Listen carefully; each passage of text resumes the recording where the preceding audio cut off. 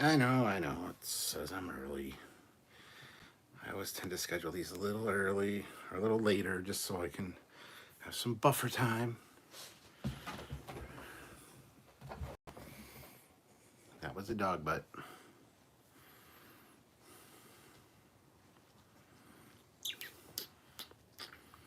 All right.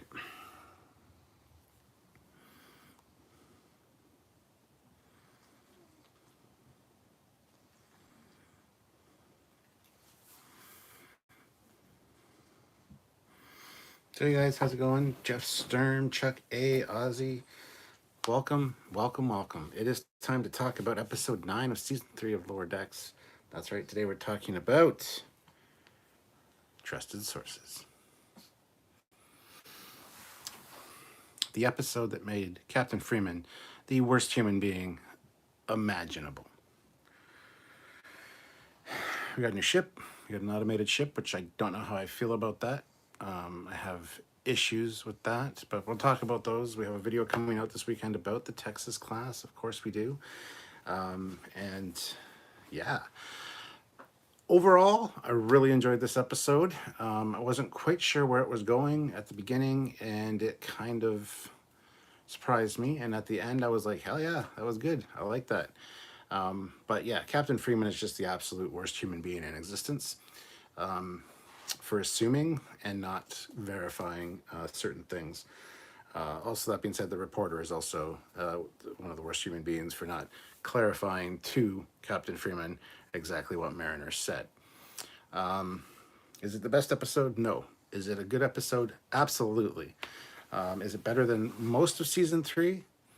Yes, it's in the upper mid area as far as scoring goes. Get to see Starbase 80, kind of. At least one of their shuttles, a Type 15 shuttle pod, and man, Starbase 80. Got the return of Petra Aberdeen, the archaeologist lady. By the way, guys, I'm having a Rickard's Red. Great beer.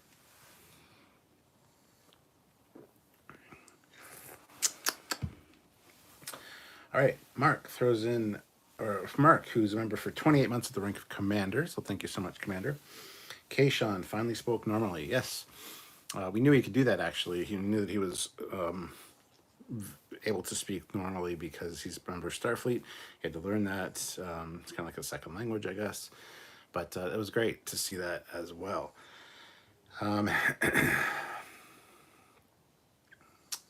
and revisiting season 1, episode 22 of TNG Symbiosis was absolutely great. That was the best recap of an episode done by Commander Ransom. Instantly, boom, boom, boom. We just knew what was going on, and it was so well done. And it addressed one of the things that Samuel and myself always talk about. And we actually said this when we reviewed this episode. It's like, oh, you're just going to leave. Because at the end of the episode, it's always like a quick, oh, mission's over, we're leaving. And it's like, but there's problems. There's problems at the planet. You should probably send Federation help or assistance. I'm glad that was kind of followed up on. So, anyway. Chuck A, member for 32 months. My God, man. At the rank of captain. Thank you, Captain, sir. The pie eating contest was canceled. Sorry, Rutherford. I know. Just stunned me. Is Starbase 80 just a plot device or does it have an actual purpose? Don't know. Good to see the Breen back. They still have their energy dampening weapon, which was fantastic. So that was neat. I do like the Breen. They're kind of like the Tholians of this era because you don't know much about them, but you know they're powerful and you know that you don't want to mess with them. And we don't know what they look like. It was great seeing the interior of a Breen ship, and to see those 3 Breen ships back was really cool. I gotta say though, the Texas class, what's the name of the ship? The USS Almeida? No. I forget the name of the ship. It's a Texas class though. Only 3 of them. It's not declassified. I love that, but all automated. We have a video coming out about that on the weekend as well, obviously. And yeah, I've got issues with that. It's a small ship, you can kind of tell, but it's super powerful. It cuts right through those. The Alesso. It wasn't Alesso. There was no S in it, I don't think. But it cuts right through those Breen ships pretty easily. Alito, thank you. Thank you, Matt. Yes, the Alito, Texas. Yes, awesome, thank you. Cuts through those ships like butter, baby. So without having to have a crew on board, it could be possible that all the power is going towards weapons and propulsion, because you don't need life support, you don't need internal dampeners, you don't need all that kind of jazzy stuff in there. So plus, if the ship's more solid, you don't need all the compartments in there for people. They probably have a few, obviously, for programming and for maintenance and stuff like that, but it's just a brick. And it's like probably solid armor. It's hard to get to the main components. I can see a lot of potential with it, but I hate the idea of a fully automated ship. Just for the record, the ship was the NA01. So like the NX01, it's the same, but instead of experimental, NA stands for automated, and it was 01. There's going to be 3 of them in the class, at least. But is it just a patrol ship, or is it sent on specific missions? How did Captain or Admiral Buenamigo know that there was a Breen problem there to send the ship? I have a bunch of problems with this little ending to this episode. But other than that, I thought it was fun. I always love when we get a new ship, and the Breen ships, again, look cool. We have a comparison video coming out where we actually compare it to the screen-used DS9 model, and you'd be amazed at the detail. So stay tuned for that on the weekend, guys. Make sure you're subscribed to do all that stuff. Hit that like button. We have 36 people here with 22 likes, guys. Hit that like button. Super chats are greatly welcome. It's, you know, it was a good episode. It was followed up like 27 years or 17 years later. Yes. Mark Lawrence, $5. Thank you so much, Mark. I loved how the Starbase 80 shuttle was so grungy, and the person that answered the hail used a Rolodex. Yes.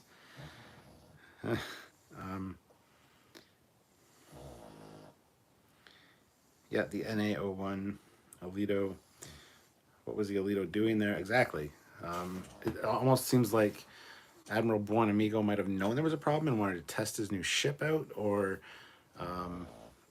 like I said, I don't like the ship. I don't like the idea of an automated ship out on patrol. If it's mission specific and sent in to just kick ass and take names, that's fine. It's kind of like a drone in that regard.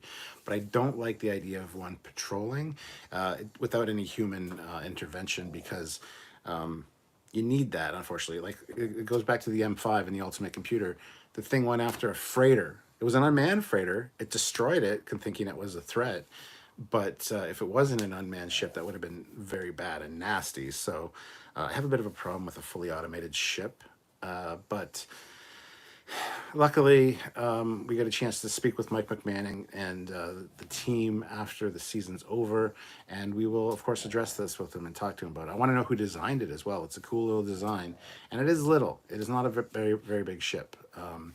We do, like I said, we have a full breakdown coming out about it. So, anyway.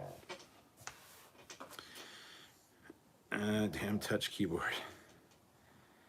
U.S. Navy is working on automated ships, so Starfleet is just following the same pattern.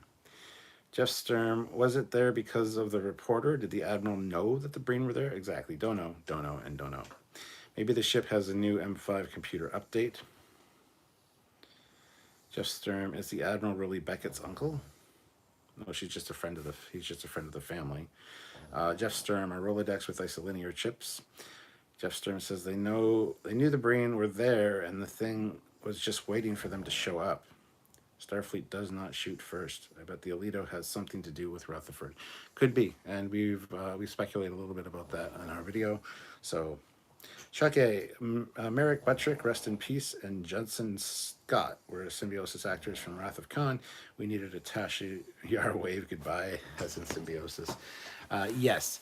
So yeah, you got David Marcus and Yorkin.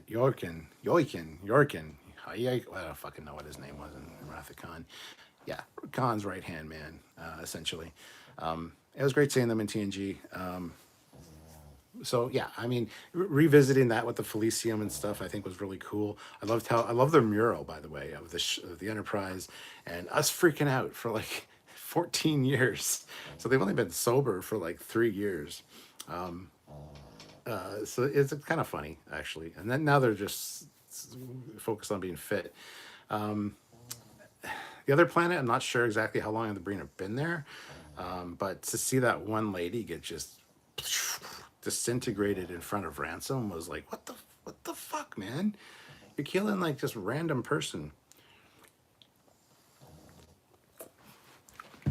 So the Breen are bad. They're very bad people. Olivia throws in $5. Automated ships, AI computers wanting to destroy the Federations. Could they be connected in a future episode? Return of Peanut Hamper. Could in fact be the case, yes. George Mangrum, everything about control was classified, so at this point Starfleet forgot not to build AI automated ships. Chuck A says Joachim. I don't know how to say it. Joachim. The Khan says he's like Joachim. I don't fucking know. Anyway, yes, I know that's how it's spelled, but I don't know how to pronounce that to save my life. So, Ozzy says Rutherford did the ransom maneuver by ripping his shirt off.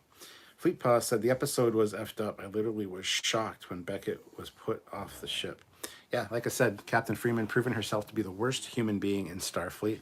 To do that to not only one of your crew members, but also your daughter.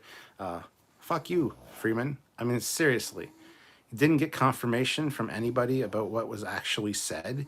You just assumed that she said bad things. Dude, I don't know. I don't like it. I don't like you, Freeman. I'm sorry. That ruined Freeman for me. The mural was great, yes. The artwork was very poetic. Long live the pugs. Yes, they're already snoring. Move this pillow out of your face so you don't snore as much. I always like the Breen Confederacy, even in Star Trek Conquest game. Yes. Jeff Sturm, the Breen really did not Starfleet to leave the planet. Not want Starfleet to leave the planet, maybe. BJ says, we didn't learn much about the other planet. Hope they don't leave that hanging. They probably will. Fleet Pa says, Joachim is pronounced Joachim. Joachim. Joachim. How's it going, Joachim? Joachim. Doesn't quite sound like what Khan said. Joachim. Joachim. I thought it was more like Joachim from what Khan said, but Joachim. I don't know if I believe you, Fleepa. Jeff Sturm, Ransom took the maneuver with the shirt from Kirk. Hell yeah. Bucket Mariner. Yeah, that was fantastic. The report didn't report on the fact that Freeman's husband is an admiral. Yeah.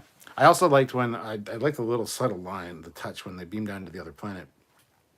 And Freeman says to the reporter, you know, you shouldn't really listen to Mariner. She's kind of biased. And the reporter's like, oh, really? Well, that's why she's saying you're the best ship and the best crew, because you're her mom. Okay. I kind of like that little touch. I don't know if everybody noticed that, but it was an interesting enough episode. I enjoyed it. I thoroughly enjoyed it. Sean T, $1. So thank you so much.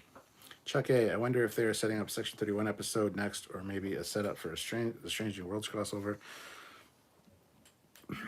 Not likely the Strange New Worlds crossover. We Samuel and myself discussed that earlier today, actually, and we don't think that's the case. I mean, it very well could be, but I somehow doubt it. But a Section 31 thing I could see them doing, but fuck Section 31. I don't want to see Section 31 story. I really don't care. Sean T, $2. Wakanda forever. Yes. Olivia throws in $5. Fleet Paw. Hail my mummy. I want her to see her little girl in the president's chair.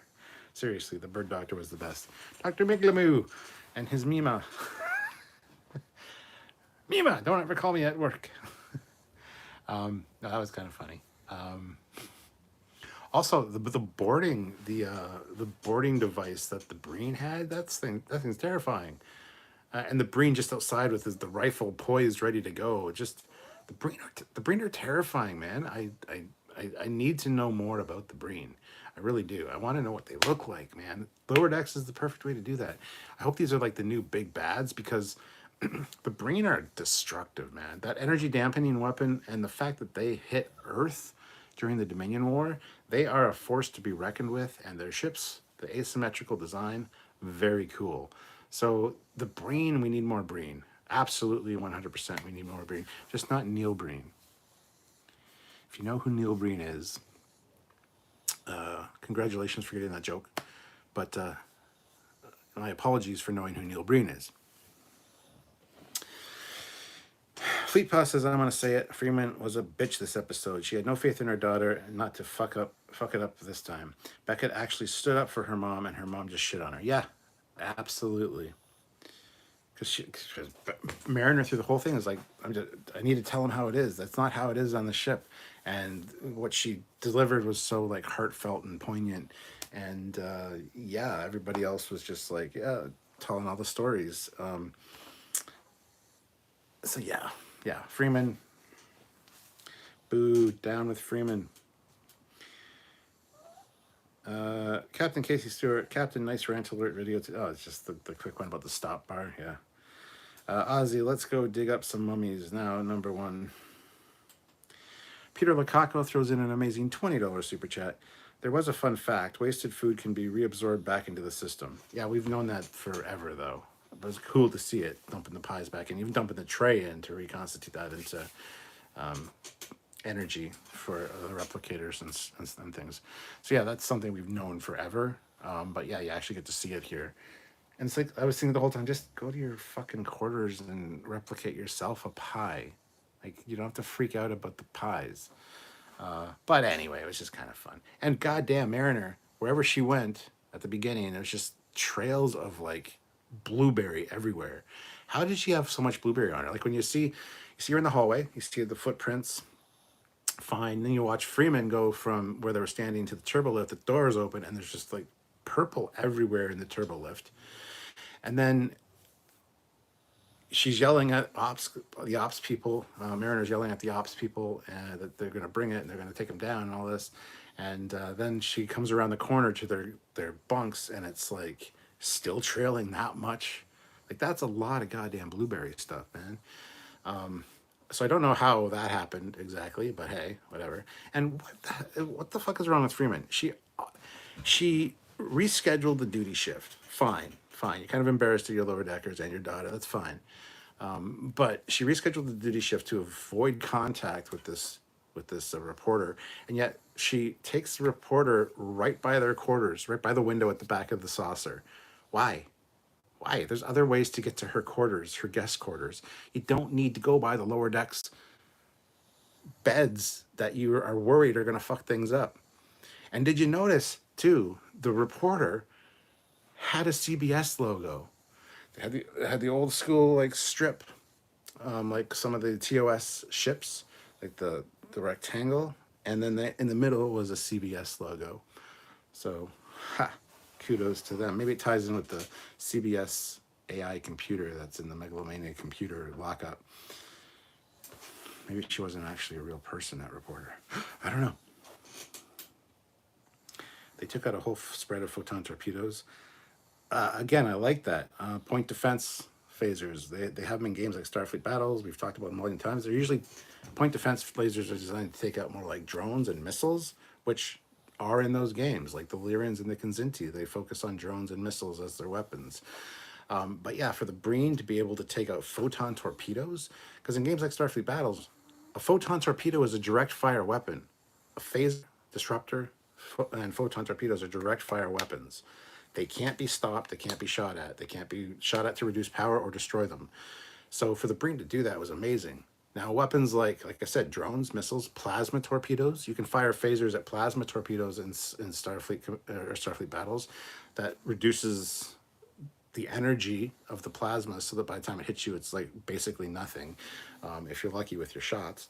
But damn, man, the Breen are terrifying. Jennifer and Beckett relationship sounds like it is in trouble. Ooh, yes. Mark Lawrence, though, Red Letter Media. Through Red Letter Media, I know Neil Breen. Yes. Shax got to fire torpedoes. Of course he did. Listen, Jericho, what the hell was wrong with those pies? She was getting filling everywhere. I know. Jennifer was horrible in this episode, too. Yes, everybody was. Even Shax and the Trill lady. I can't remember her name now. Anyway, yes. Sean O'Sullivan, Section 31 is completely overdone. Ruin a great idea by running it into the ground. Yep. Listen, Jericho, the Cerritos torpedoes are pitiful. That's true as well. Yeah. Jeff Sturm, she had blueberry in her pockets. That could be very much the case. Olivia throws in $5. Man, everything about this YouTube channel is crazy. I became a president, a doll, a monster, a Borg. I got attacked by a taco and a pug. Yeah, and you had like Churro Olivia's. You had churros named after you. Mark Lawrence, they covered the spread. Yeah. Captain Casey Stewart. Breen is one of the 3 enemies to make it to Earth. Others are the Borg and the conspiracy aliens. Jeff Sturm, they are not only lower decks, but they are not only lower decks, they are lower decks in the back of the saucer section, not near anything. So yeah, exactly. So why would Freeman be taking her around that way if she's worried about that? Point defense is very BSG. Well, it's very real. It's very real life. And yes, Starfleet Battles has been around since the 80s, the early 80s. And the original Battlestar Galactic, I don't remember anything about point defense. But yeah, point defense has always been a thing. It's a thing on military ships. So of course they'd have it in Starfleet. Makes sense. There's point defense lasers that are like, they're phaser 3s is what they're called. Phaser 1s are the powerful ones. Phaser 2s are not as powerful. And phaser 3s are short range point defense lasers. But anyway, that's a whole other discussion. Jeff Sturm, a full spread of photons, and the Cerritos shot a whole heck off a lot of photons at once. Who's going to say point defense is very Gene Roddenberry's Andromeda? Or was going to say, yeah. Peter Lukaku, $5. Glorified Captain Picard decision was hilarious. Yes, he did nothing wrong. Check their government. Make sure they're not being run by children or by a devil.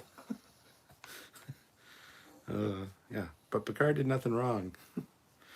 Jeff Sturm, the photon launchers on the California class are fierce. Eric Martin throws in $5. I was thinking that swing by program would have helped SETI Alpha 5, lol. Yeah, the swing by program is a fantastic idea. And at the end of quite a few TNG episodes, we're like, that's it? You're fucking leaving? The problem's not solved. Oh, but your hour's up. So yes, of course you're going to leave. Very rushed ending. There's one with a political uprising against the government. And it stars James Cromwell, the guy that played Zach from Cochrane. He was in the government. And they basically at the end say, well, you're going to have to get along now. They're here, you're here. You're going to have to make a deal, bye. And then you see them flying off with the credits. It's like, seriously, people are going to be murdered on that planet. Nobody's going to agree with anything. You need to send moderators. You need to send Starfleet ambassadors to help fucking quell the violence on this planet. You can't just leave. Mission accomplished. We're out of here. You deal with the rest. You clean up the shit. So yeah, I thought that was hilarious. Spock's Breen. Blueberry Fields forever. Strawberry Fields, man. Strawberry Fields is a song that reminds me of... Well, I don't know if you want me to know. I'm not gonna get into that. It reminds me of somebody.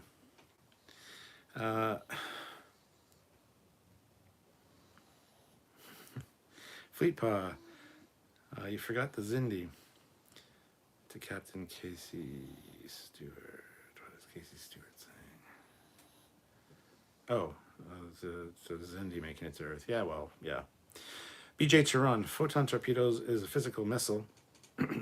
Point defense weapons should be able to take them out. Today we even have missile systems to take out artillery and mortar rounds. Oh, I know, absolutely. But I'm just saying in Starfleet battles, they're considered direct fire weapons. So they fire, they hit you. There's no travel time, so there's no amount of time to react. Even at distance, even a couple hexes away, it's fire, hit. Whereas a plasma torpedo, like, launches and then comes at your ship at a speed of 32. The fastest your ship can ever go in Starfleet battles is 31. So there's 32 impulses per round. And so this thing's, you got to crank up your speed to get away from it. If you can outrun it or you can avoid it long enough, it dissipates. There's different kinds of plasma torpedoes.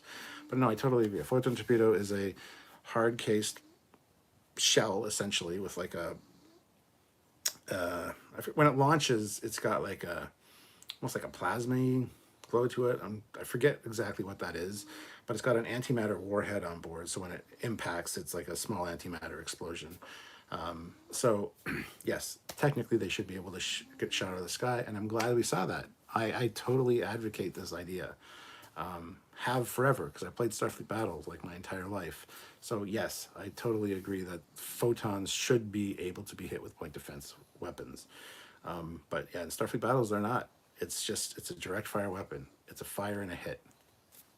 So even at range, which I think the maximum range for a photon torpedo to be effective and get like 2 points of damage, the least amount is like 8 hexes or something like that. 6 to 8 hexes. I can't really remember offhand. But Captain Casey Stewart, true, but I was more thinking about after Federation existed. But yes, yeah. So Fleetpa is wrong in that regard. It was definitely pre-Federation. Jeff Sturm, the Swing By program is a whole set of new plot devices. Oh yes. Chuck A says the Beatles. What about the Beatles?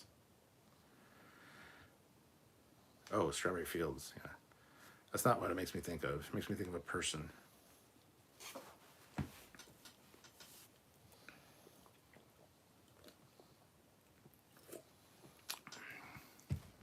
Put it this way. I was married, got divorced. After I got divorced, I ended up dating a stripper for a while. Fun Captain Foley fact. And yeah, anyway, that song reminds me of her for reasons, which we will not get into here. But yeah, anyway, moving on. Fleetpaw, that episode with Cromwell was The Hunted. It's the run with Roga Danar, yeah. Jeff Sturm, they will send ambassadors when the plot demands it, usually when the danger is around 47%. Eric Martin, I love how Freeman's eye twitches like Clint Eastwood when she gets mad. Yeah, but I hate Freeman now, so whatever. Don't give a shit about anything Freeman does. She's an awful human being, and yeah, screw Freeman. Hashtag screw Freeman. No, that sounds too sexual. Hashtag Freeman is awful. There you go. Mark, yeah, I never understood them just leaving when the government was on the verge of collapsing, especially since they were petitioning to join the Federation even. Yeah, major problem. Jeff Sturm, we saw in one episode of Voyager when the Doctor became the emergency medical, I mean the ECH, the emergency command hologram. Is that Lady Beckett? Is with at the end the same archaeologist lady from the, yes, Petra Aberdeen is the exact same lady from the trade show. Yes. How do you not know that? See, and when that episode came out, I'm like, she's going to join her someday, and Samuel's like, no, she's not. Mariner's not going to leave Starfleet. There's no way Mariner's going to leave Starfleet.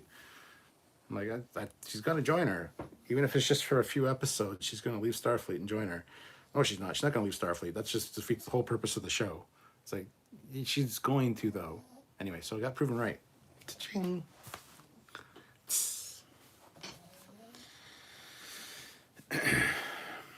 Mark, Roga Danar and the not the Voyager's first CMO. Roga Danar, the not the Voyager's first CMO. not the Voyager's chief medical officer. Was that played by the same actor? I don't know. Chuck A. Good night, Stuart. Good to hear your thoughts and impression of this episode. Good night, Chuck. Fleetpaw throws in a hashtag. Hashtag throw Freeman in the fuck it bucket. In the fuck it bucket Mariner? What? Jeff Sturm. Yes, the emergency command program. They shot a photon torpedo and it left a shockwave. Mark. Hashtag Freeman is awful. It's true. I absolutely hate the way she dealt with the situation. I hate that she didn't get a confirmation of actually what was said. She just assumed the worst. And yeah, I mean, she's got grounds to assume the worst considering her daughter's kind of been a pain in the ass for a while, but she's changed. Mariner has had a distinct growth and character arc, and it's noticeable, especially to people around her. I love how that scene before the reporter came in to bust Freeman's ass about all the shit that has gone wrong. She's like adjusting Mariner's picture on her desk, like, oh yeah, I love my daughter. And then it's like, I don't even know if I can call you my daughter at the end. Seriously? Bitch, please. Oh, it was the same actor. Okay, I didn't know that. That's interesting. I didn't know it was the same actor that played the chief medical officer on Voyager before he got killed. That's funny. I didn't know that. Hashtag Freeman sucks. Oh, and speaking of sucking, did you hear that Tendi can dislocate her jaw now? Just for a pie eating contest. Amazing. That's great. And Rutherford was like emptying out his GI tract to be able to pound in more pie. Damn, man. What is it? I should stop talking and have a beer. Hashtag more love and more respect for Tendi.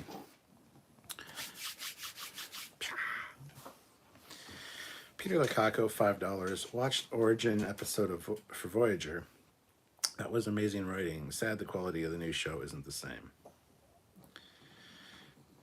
Watched Origin episode. What do you mean Origin episode?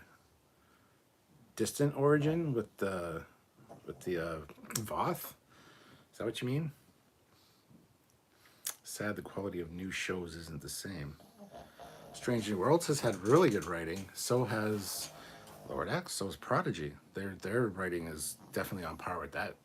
So I don't know what you mean by that, Peter. Eric Martin. Wasn't it the actor who played the Voyager first officer, not the CMO? No, the first officer was another guy. That was definitely not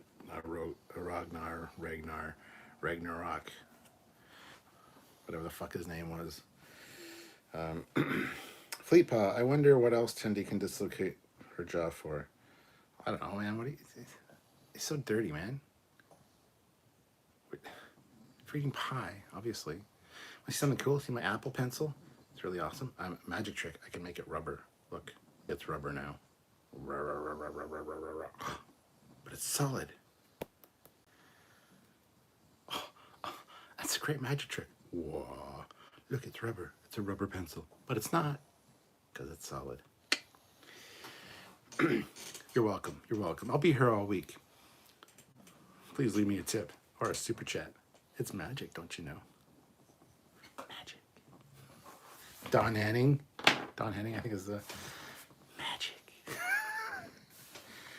Anyhow, I like all the new shows. Good on you, Jeff. This is Jericho. The idea that no one had checked on them since Picard left is a big silly to me. Starfleet aren't that negligent. Aren't they, though? There's a lot of planets out there. Peter Lukaku, LOL, the dinosaur episode. Yeah, that's the Voth City ship.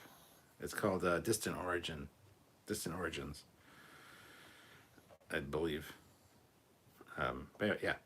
Sean O'Sullivan, wish you had a rant alarm graphic overlay. Me too. Peter Lukaku, what great writing. Jester, magic, space wizard. Peter Lukaku, Voyager knocked a lot of episodes out of the park. Mark, $2. It's magic. Captain Casey Stewart, new name, Captain Magic Foley. Oof. How about Lord Captain Magic Foley? Shit, now Ozzy's gonna keep calling me magic related something. Fleet Paw, I was only wondering if she could swallow a watermelon in one bite.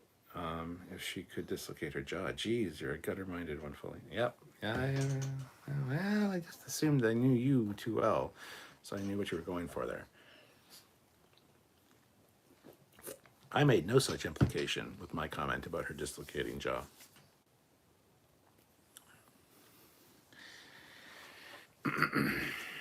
Lisa Jericho, you'd think the Texas class vessel would be a massive and incredibly gun heavy. Would be massive and incredibly gun. Yes. Now, like I said, we have an episode coming out about it. It shoots phasers from a unique place. It not necessarily a regular phaser strip. It could be explain why they're so powerful. Again, I want confirmation on this from Mike McMahon and guys. But and there's no photon torpedo launchers on it. So does it have photon torpedoes? It would make sense to have some, but I don't know if it does. So it's not a big ship, like I said. Watch our episode on the weekend on it. Sean O'Sullivan, could they not let a satellite in orbit so they can check on these places? Oh, yeah, you'd think they would, yeah. Eric Martin throws in $5. Thank you so much, Eric. Eric's coming to visit me this weekend, I think. Saturday or Sunday. I don't know which day you want to do that, Eric. You need to message me. Let me know. And what time. So you could be in this very room. Magic. But he says, I love the comment about the Landru planet. Made me chuckle. Yes. Yeah. They're probably worshipping Landru again. Listen, Jericho, I thought Boimler would go with Mariner. And Captain Casey Stewart, I like the Cerritos photon launchers. Well, there you go. But yeah, I mean, the callbacks are nice in this one. The ridiculousness of Picard being there 17 years earlier, nobody going back to check on them. I love the idea of Project Swing By. I think that's fantastic. It's a perfect thing for Cali class ships to do. Although not every situation, because like I said, some political uprisings and things like that might warrant a little bit more of a diplomatic hand. However, it's cool. I like it. And yes, Starfleet would have probably checked up on them earlier than that. Let's be fair. But so many TNG episodes end so abruptly and so quickly. It's like flying off into the sunset at the end with the feel-good end of an episode. Everything's accomplished, but all the turmoil back on the planet. You're just supposed to forget about that shit. Don't acknowledge that shit. It's fine. So yeah, I thought that was a nice little reference. I love how we freaked out for about 14 years, 10 to 14 years. But then we dedicated our lives to fitness. You could say we're addicted to that now. It was hilarious. Jeff Sturm, Eric is like, oh, I'm on the way. Hey, he's probably out front. Sean O'Sullivan, you think there could be some backstory that the Breen energy weapon based on Romulan tech? There might be. Who knows? Mark says, not a mega phaser, but could the Texas class have the others like super powerful phaser like the one the anti-Borg ships had? Over phaser, super phaser, whatever it was called. I mean, possibly, but it's cool because the top of the ship has like a gold, it looks like a phaser ring, but it's not, I don't think. It actually, on the rim of the saucer, or the head of the ship, there's like a red glow, and it's inset, and that's where the phaser fire is coming from. So it's like a powerful, juiced up red phaser ring that's inset inside the edge. And there's no phaser ring on the bottom of that ship, by the way. There's no weapons on the bottom. So, plus with not having any people on board, you don't need to worry about inertial dampeners. So your maneuvering can be hella wicked. You could have Newtonian physics. That thing just flip-flopping around. And you don't have to worry about the crew becoming jelly on the inside because there's nobody inside. So actually, it's a really good idea for an automated ship, especially an attack ship, to be automated and not have a crew. But like I said, that just compares it to be, it's just essentially a drone at that point. It goes in, does its mission, and that's it. I do not want this thing randomly patrolling Federation space looking for distress. Wouldn't work because you can't beam anybody on board. You can't save, you don't have a good evacuation limit on a ship so small. You can't do scientific exploration. Maybe do some scans or something. But honestly, I just don't like the premise of a ship that has nobody on board. I wish there was a crew of like maybe 3 minimum, kind of like in Strange New Worlds, the Saladin class single nacelle ship that Una and the 2 other people were on in the second episode. That was only 3-person crew, which is bullshit, by the way. But for a completely automated ship, at least have a small handful of people just in case emergency happens or something. But if it's if it's designed for maneuverability and for attack, it could be that you wouldn't want them on board because you want it to be maneuverable and agile.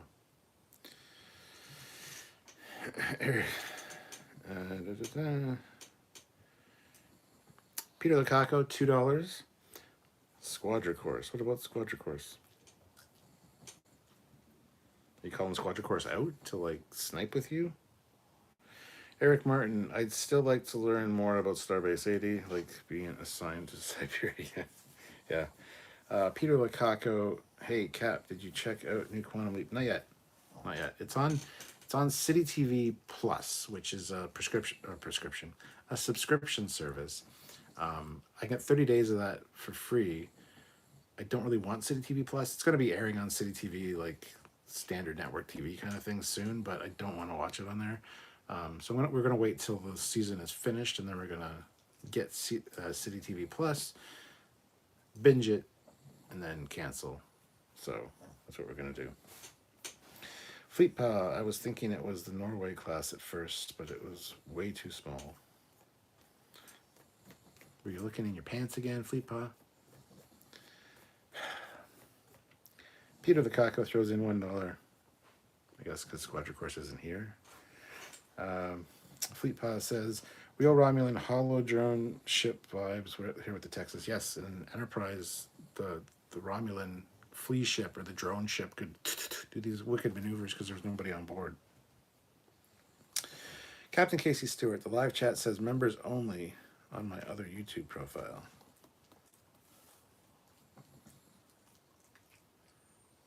Holy shit, it is members only. How the hell did that happen? Oh no. That's not good. I didn't realize all the names were members. How does a single nacelle ship work? Really? You're asking me that? I've answered this 15 million times. If you need the pairs rule, a pair of warp fucking... Oh my god. If you need... I hate this. The pairs rule is bullshit, first of all. Bullshit. Absolute bullshit.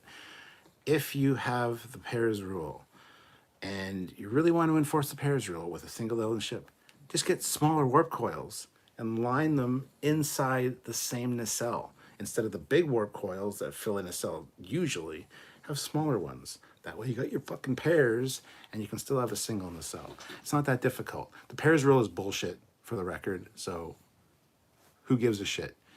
3 nacelled ships, 5 nacelled ships, 1 nacelled ships, I don't care. They're all awesome, and fuck the pairs rule.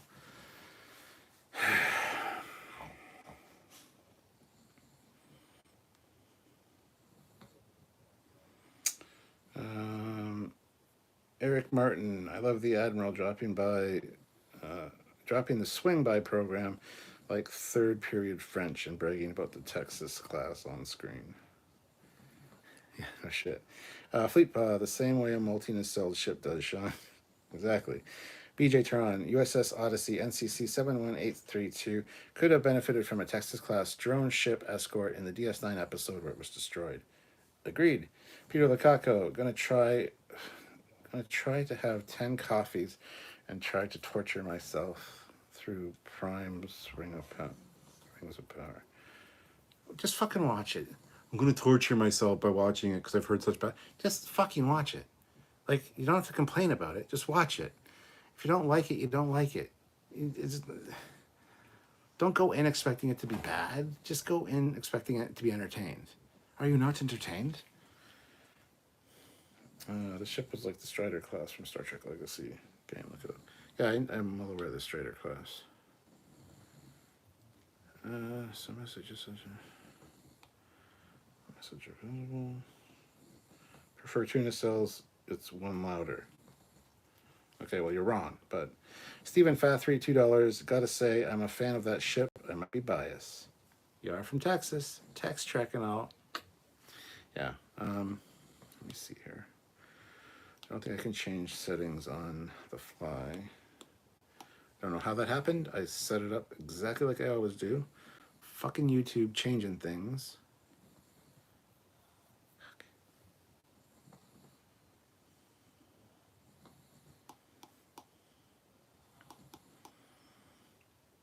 Well, now is it only for is it only for members that can watch it, or only members can comment?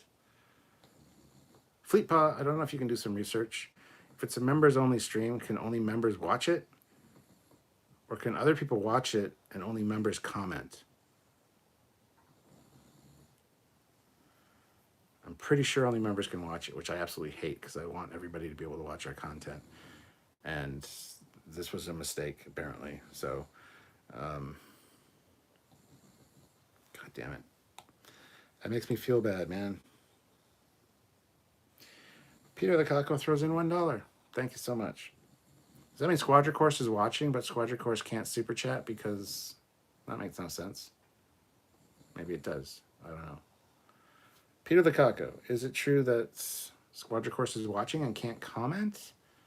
If that's the case, I feel bad, Squadra Course.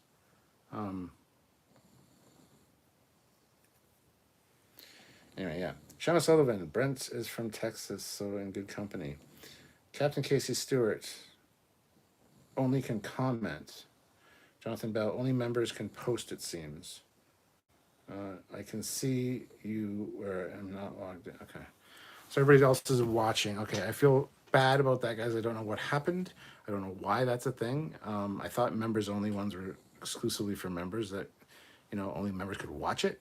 So I don't know what happened with the settings because that was never my intention. So I apologize to everybody watching that can't comment. Just comment and Fleetpaw will pass the messages along. I guess. I don't know. I feel really bad about that. I set it up the exact same way I set it up all the time. But YouTube lately has been, I feel bad, my guys. I feel bad. Squadra Course was chatting before.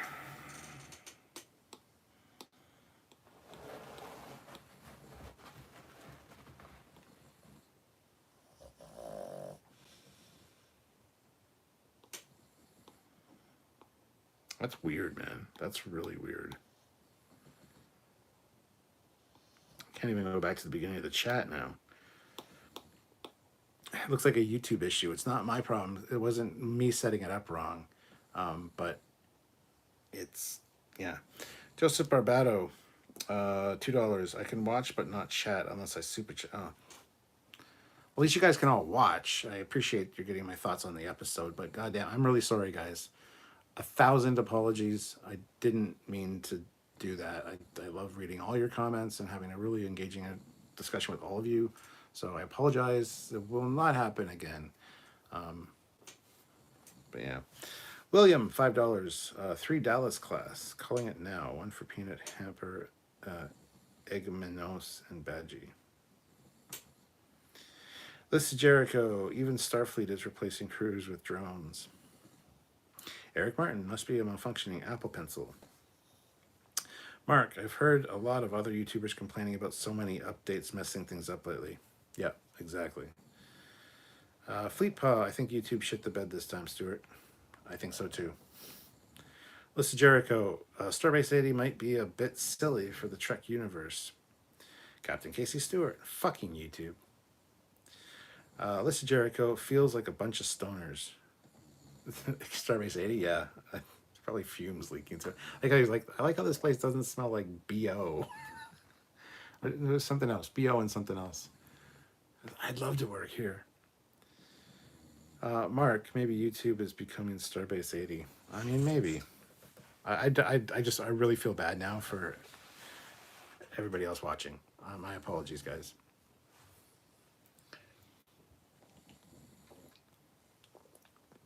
I have a nice big swig of beer for you guys. But yeah, so Mariner was the only one that stood up for them, and Captain Freeman is just an awful human being. And she should feel bad. She should feel very bad, and Mariner shouldn't come back to Starfleet. Mariner's been in Starfleet long enough. She's been kicked off multiple ships. She's been promoted and demoted. She's been in the brig. I hope she finds her sense of freedom with Petra Aberdeen. Because Petra Aberdeen is hot.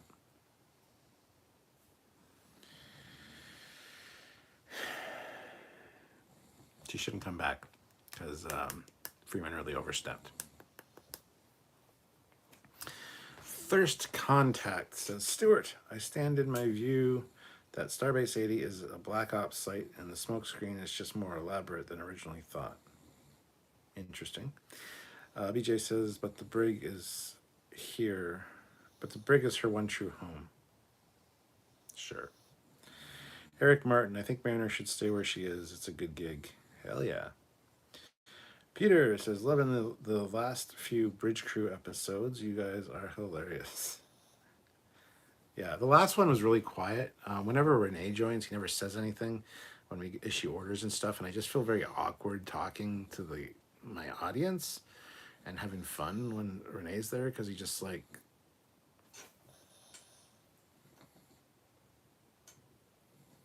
Okay, what are we supposed to do? Which one? Oh, I'm targeting the wrong one. Okay. It's like, talk, have fun, hang out.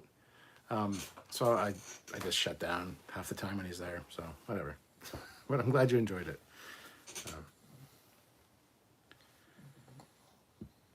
This is Jericho. Guy using rotary index cards made me laugh.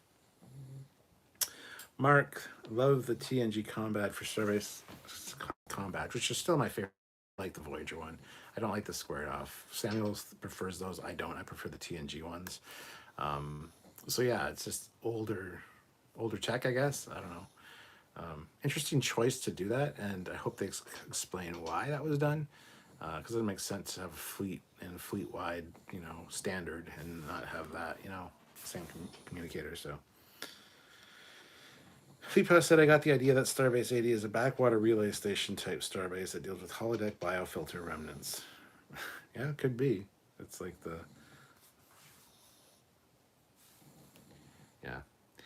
ass end of the Federation. So, Sean O'Sullivan, your judgment is bad and you should feel bad. Whoop, whoop, whoop, whoop, whoop. My judgment is bad? Why is my judgment bad? What are you talking about? Eric Martin, I've seen people go after a pest with a broom and they end up breaking half the stuff in the house. Yeah, I wouldn't be doing that. I got too much breakable stuff in here. I wouldn't go after it with a broom. And it's not going to bump into it because it's fucking bat. It's going to sense that shit and move out of the way. They aren't stupid. Yeah. Captain Casey Stewart. Captain, you need a serious bridge crew. Maybe not whole live, but maybe a mission or two. Oh, yeah, we've planned that. We've said since like months and months ago, we need to do a like professional bridge crew night where it's like issue order and response. And actually, the last two we did, we had one or two missions, at least part of the mission that was very much like that. It was very cut and dried, doing what we needed to do, and it was fun. So, but I also like, for bridge crew, I honestly don't like just sitting in the captain's chair. And if you've got a full crew, you can't switch stations. So, it's good to have a full crew that knows what they're doing, because you can just check out the exterior view and watch the battles and all the beautiful planets. Like, there's some really gorgeous scenery in bridge crew. So that's good in a way, but I love Helm. I love Helm on any of the ships. Tactical is also super fun, and actually engineering and ops. Ops is less fun on TNG for me. The Aegis, the JJ one, all the stations are pretty interactive and have lots to do.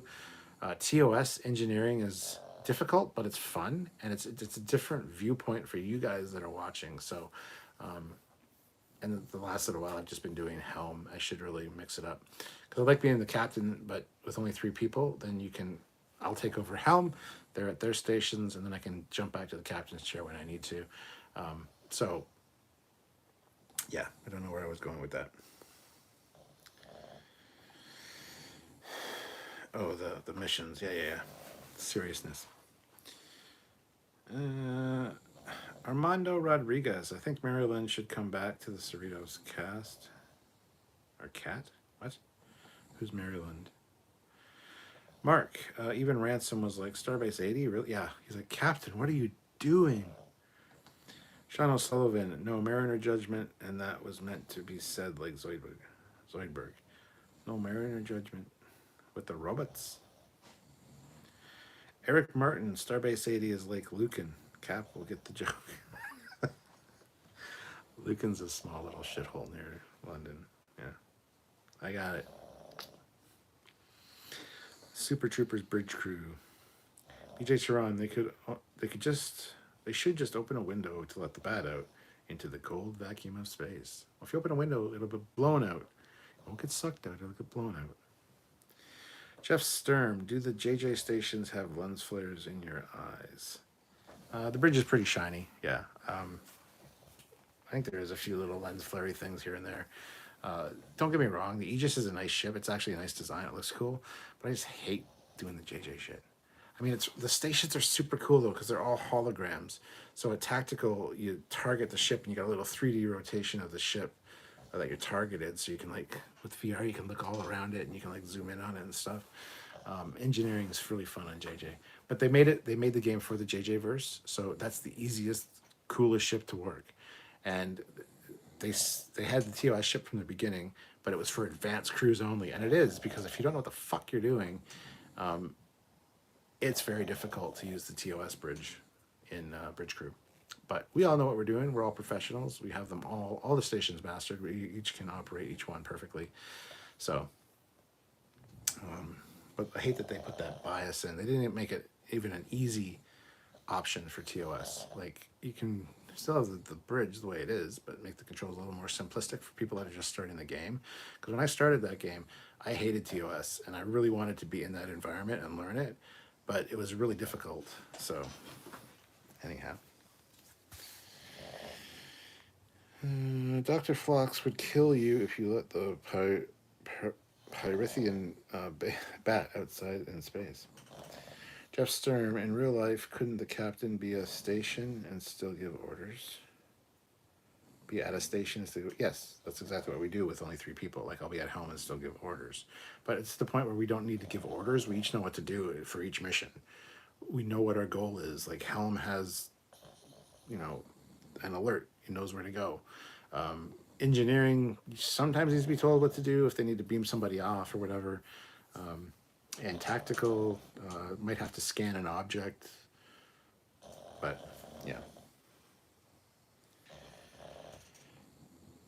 Captain Casey Stewart, love the Galaxy class, but love playing and watching the TOS and Bridge Crew. Yes, the TOS is amazing. Sean O'Sullivan, glad to see the holo controls have become such a big part of Trek, just like the holo communicator. Fleetpaw, oh, so Starbase 80 is like Norwich, New York. Yeah, probably. Sean O'Sullivan, correction, Captain, that's blown out. That's what I said. Jeff Sturm, I would make Connecticut references, but no one would get them, or worse yet, someone would get them. Mark says, if I was on the TOS bridge, I'd just be pushing random buttons. You can't do that. That's not good. And the TOS bridge, there's if you hit the square button, the square or the triangle button, it shows little floating things over each button as to what they are, but we pretty much have them memorized. Every now and then we might have to click it just to get a reminder, especially if we're moving fast, but no, you should have your station memorized, so you don't need them labeled.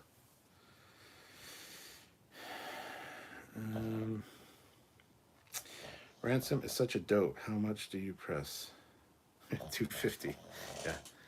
How much do you press? It's not about the numbers. It's quieting the voices in our heads. I do 250. Fleetpaw. So does Bridge Crew have a story mode where you could learn the TOS controls? No, not for TOS. The only story mode, the only campaign mode is the JJ one, which is fucking stupid again. There's apparently a cheat where if you push certain buttons while it's loading, you can select, if you push the 2 buttons for like the Constitution class ship and the start mission thing at the exact same time or whatever. If we've tried multiple times and never been able to do it, if you can do that, then you can play the campaign missions with the TOS or the TNG Enterprise. And it sucks because there's a Kobayashi Maru mission, which is really fun. We played a lot with the Aegis, where you have to see how many people you can beam off the Kobayashi Maru before you actually die. Unfortunately, you can't do it with the TOS Enterprise or the TNG Enterprise. It's only the Aegis, which is bullshit. Pure unadulterated, you should be castrated bullshit.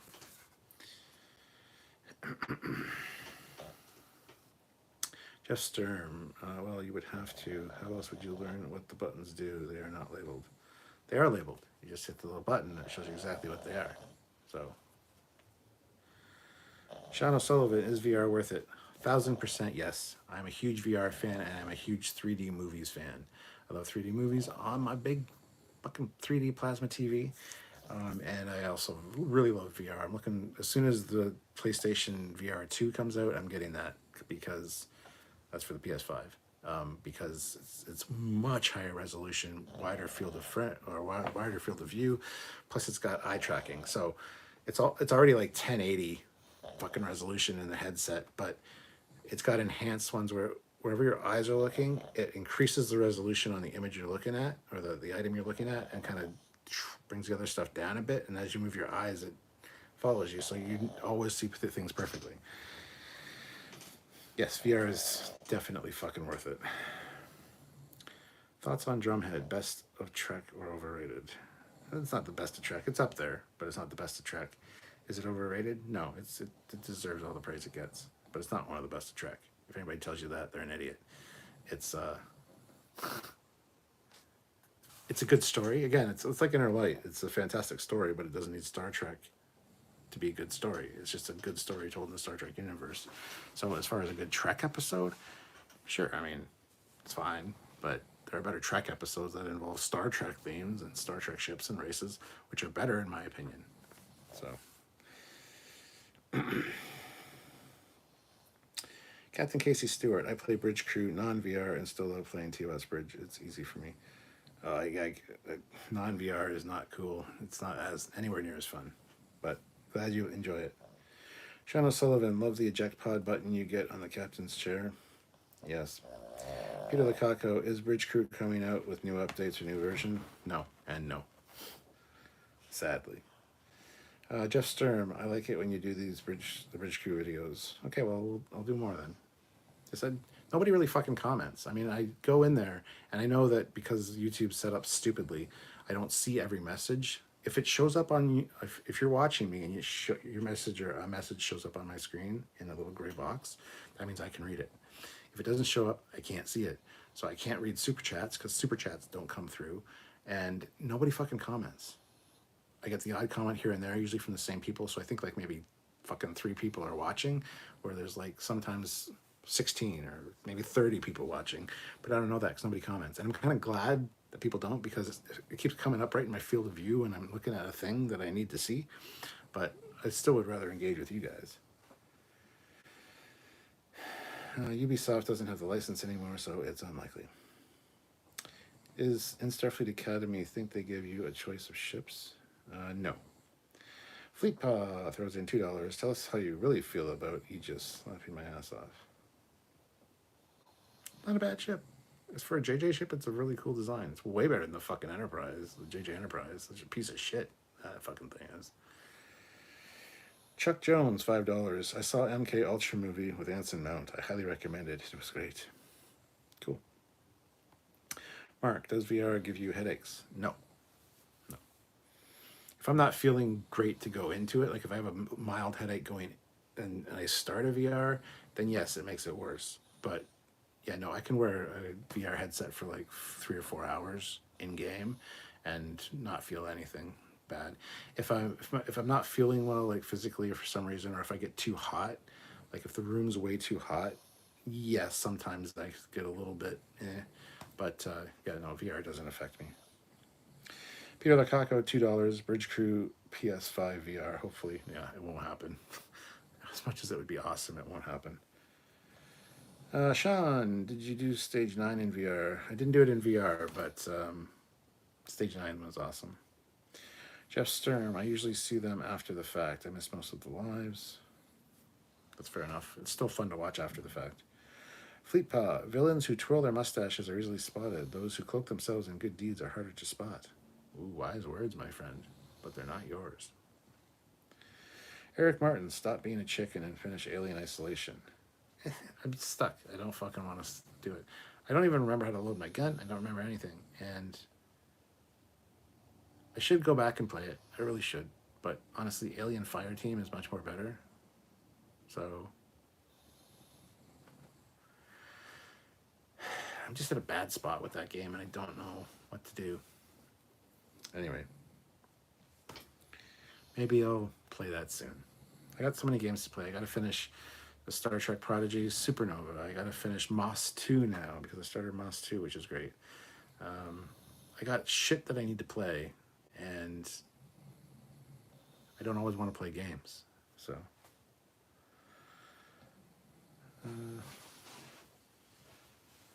Squadron Course back. What's up? Oh, you're back. It's all members though. Still, it's all members. So now I'm not even sure if non-members can see. God damn it. Have you seen the Orville game in beta on Steam? No, I haven't. Jeff Sturm, I miss a lot of the live videos. That is why I'm commenting so much now on this one. Just kidding. Fleetpaw, they want a Snipe Wars Squadron Course. Boom, $2. Shots fired. Adam Vera, totally agree. What do you totally agree with? I'm a little bit behind in the chat, so what were you totally agreeing with, Adam? Squadron Course, what a strange coincidence.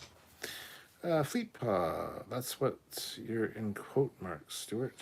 LOL. But they are good words to live by. But you didn't say who said the quote. That's why I had to point it out for everybody that didn't know. If you had like a dash, Captain Picard, then people would know who said it.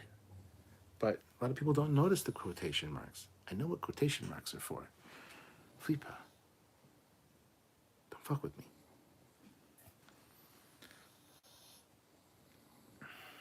Eric Martin, I got you through Moss 2. I'll get you through Isolation. You got me through Moss 2. You helped me with one goddamn puzzle.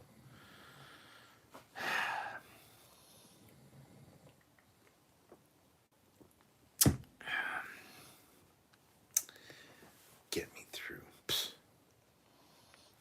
Captain Casey Stewart, it would be really cool to hook up Bridge Crew to like Ticonderoga TOS set and play TOS Enterprise and Bridge Crew.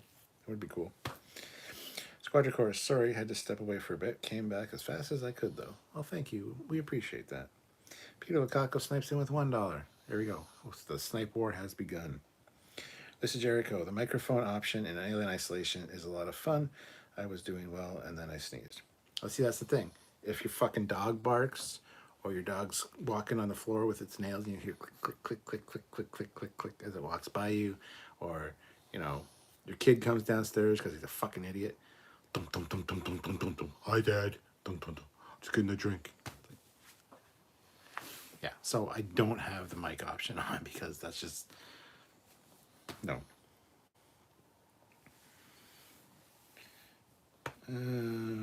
Eric Martin, that's gratitude for you, folks. No, I really appreciate you helping me with that, but you didn't get me through Moss 2. I've made it like 98.9% of the way without you. You helped me with one puzzle. And plus I completed the first entire Moss game without you. So don't tell me you got me through a game. You got me through a problem. So I appreciate it. Sean O'Sullivan, there is an announcement. There's an announcement due related to Silent Hill. Imagine a modern Silent Hill in VR. That'd be cool. Squadron Course, I'm working on some cool VR stuff. Hard to keep it toned down so it runs on Quest 2 though. Also very cool. Is it Star Trek related? Probably not, because they'd come after you. Jeff Sturm, I only play Star Trek Online for like 5 minutes. That's all I have time for. I'm so busy. Need a life of a screenwriter. A screenplay writer. Peter Lakako throws in nothing. I don't know why I said that. Well, there it is. There's the dollar, just as I said that. So there you go. We are lucky. We love the best franchises ever. So thankful. Captain Casey Stewart. Yes, quiet. Quiet comes down, and he's not quiet. He makes noise, and then the fucking alien finds me. Squadron Course, $1. Peter the Caco, $1. Captain Casey Stewart. Do you have the VR Titanic? Yes, I've streamed it quite a few times. I did it on the anniversary of the sinking this year. So yes, I do. It's amazing. And I also did the. I've got the Apollo 11. We streamed that on the anniversary of that as well this year. So.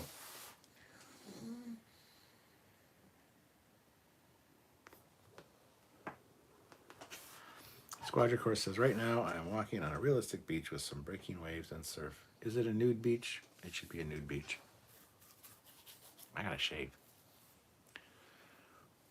Yes, I have stubble. You can, it's like a week's worth of growth. Look at it.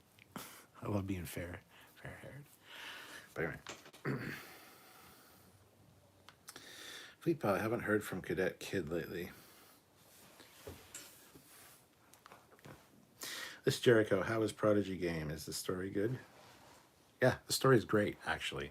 The only issue I had was the opening animatics, because I expected like CG, and it was just like comic book style, which annoyed me. But now that you can move around the ship and stuff, and yeah, it's good. The story's great, and seeing the interiors in CG is kind of cool. So.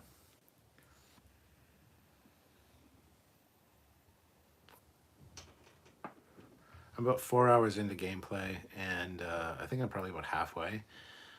It feels like I'm halfway.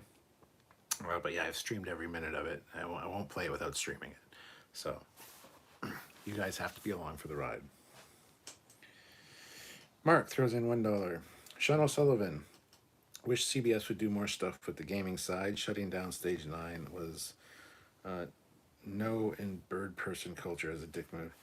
Yeah, it was fucking absolutely dickish. And they did that right before they came out with the DLC for Bridge Crew. And the DLC for Bridge Crew has the Enterprise D in VR, at least the bridge. So I don't know if they felt threatened because they were moving into VR territory with Stage 9. I don't know what the case was, but fuck Paramount and fuck CBS for going after people that are that passionate that were creating the entire fucking Enterprise in VR and just 3D. If you're not going to do it yourself professionally, then let other people fucking do it that have a passion for it and want to do it. Don't fucking dick them around. I'm so sorry, but copyright is such fucking bullshit. In certain instances, yes, it's very important. Absolutely 100%. But in instances like that, go fuck yourself, CBS. Why don't you throw them some money and help them out a bit, and maybe you'll get a good fucking product that you could eventually sell and make money off of. But no, you fucking shut them down because you're a bunch of dicks. That's a fucking rant alert I should do on copyright because it's absolute bullshit in my opinion. Whew. Megan Bruns is here with $1. Thank you very much, Megan. Hopefully you're not trying to comment because YouTube has fucked up the chat so you can't comment unless you're a member right now. But at least I can see you're here with the super chat, so thank you. Very, very, very good to see you. Sean O'Sullivan, have you done any flight simulators? Yeah, I play Ace Combat 7 in VR and stream that, which is great. Not a huge fan of actual flight simulators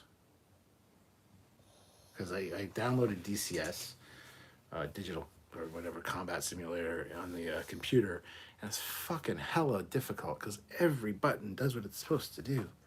So I couldn't get the plane off the ground. And it wasn't even like a good plane, like an F-14. It was some kind of fucking starting out piece of shit plane. Like, I didn't care. I want to be able to get in the air and fly. I don't want to flick a switch, flick a switch, flick a switch. Turn that dial, get that radio frequency right so I can speak with the tower, get clearance for the taxiway. Fuck that noise, man. Nah, not into that. Not into that. Captain Casey Stewart. Captain, have you watched ocean liner designs on YouTube? No. Peter the Caco. What's everyone doing right now? Me watching Voyager Scorpion Part 1. I am doing a live right now, talking to all you wonderful people, watching my pugs sleep, and having a beer. I'm going to puff on my vape. puff. Having a puff on my vape? I don't know. I'm not doing anything.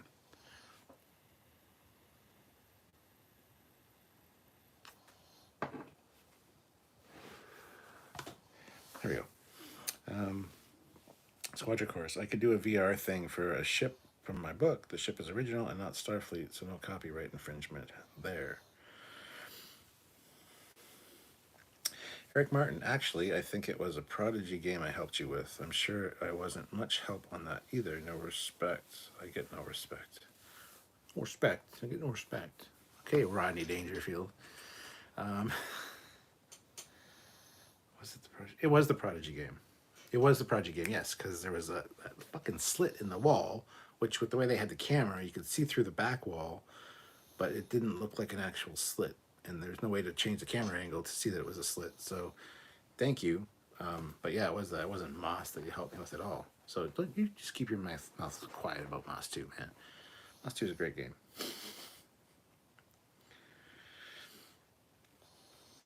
And Squadron Course. Yeah, the Stage 9 thing was total BS. Yep.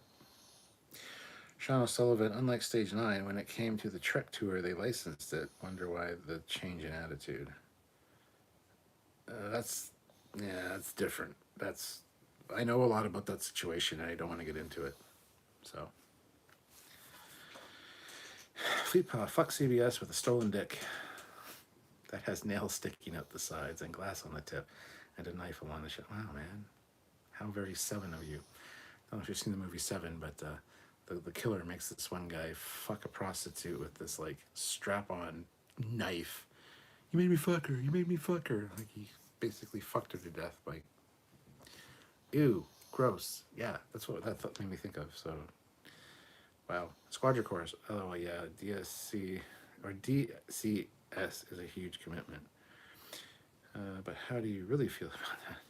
Captain Casey Stewart. DCS is hardcore serious with buttons and switches. Sean O'Sullivan. Did you train as a pilot? Didn't you train as a pilot? Yes, I did. In a Cessna 182. I was going for my IFR, which is Instrument Flight Rules, and I ran out of money, so I couldn't continue my my flight time. So, but I was 19, man. That was like 29 years ago. That was 30 fucking years ago. It is kind of like riding a bike. I could get in a plane like a small Cessna and fly that thing, but in VR in a fighter jet, it's a little bit different. I'm just saying. So. Just because I trained as a pilot when I was 19 doesn't mean I can fly a fucking fighter jet. So, and I don't have the time nor the inclination to learn DCS. Sorry. General Grievous. It was unpopular at the time, but I had a theory Mariner was going to resign and go with the archaeologist girl. The only question is, are they supposed to be just workmates, or is she a replacement?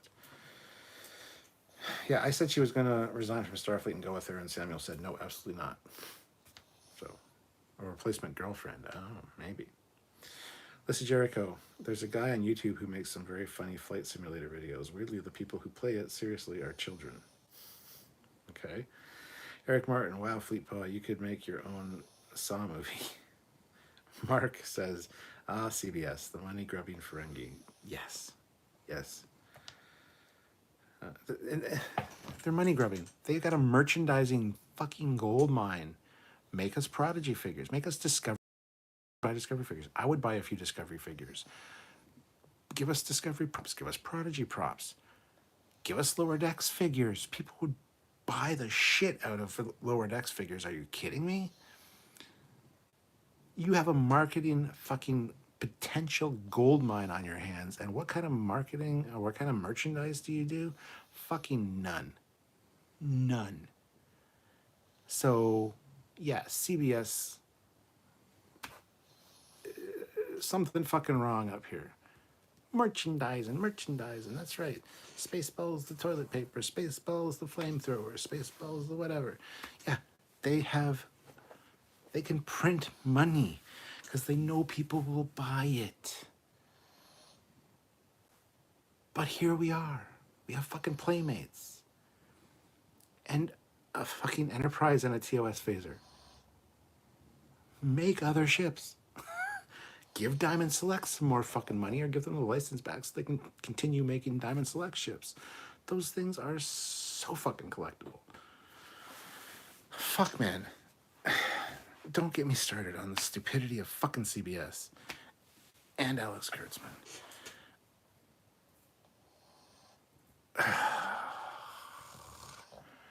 Got a lot of stuff. I got a lot of collections. I don't have a lot of room. I don't care. If new shit came out, I would buy it. I want a Tilly figure.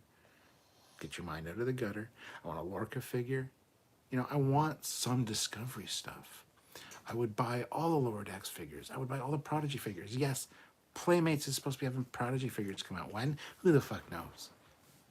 Like, that's another fucking rant video right there. CBS merchandising, or like, God, just hit my glasses. It pisses me off so much. There's another fucking rant video right there. Ooh, you're getting me worked up.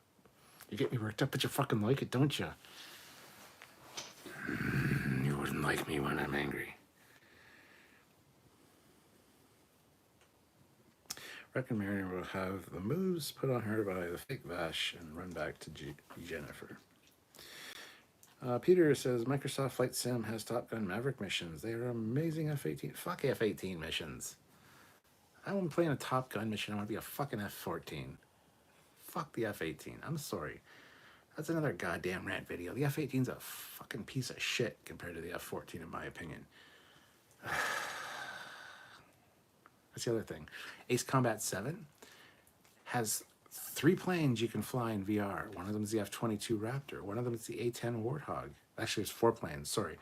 So the F-22, the A-10, the SU, it's one of the SUs, it's one of the MiG, well, don't call an SU a MiG, but it's one of those fucking SUs. I can't remember the number. And an F-18.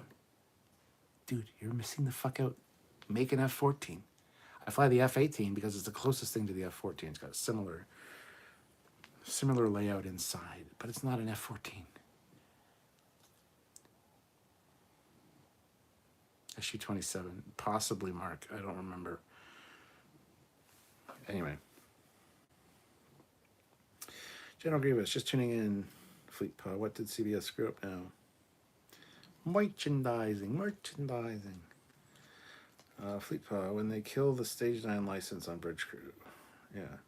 Sean O'Sullivan, there is no talk. This is no time to talk about time. Captain Casey Stewart, I want to train for pilot. I want to train for pilots, like $300, I think, for every 2 lessons. Well, there's flight school, there's ground school, and then there's your flying time. You pay per hour, and it can be pretty pricey, especially with the cost of fuel.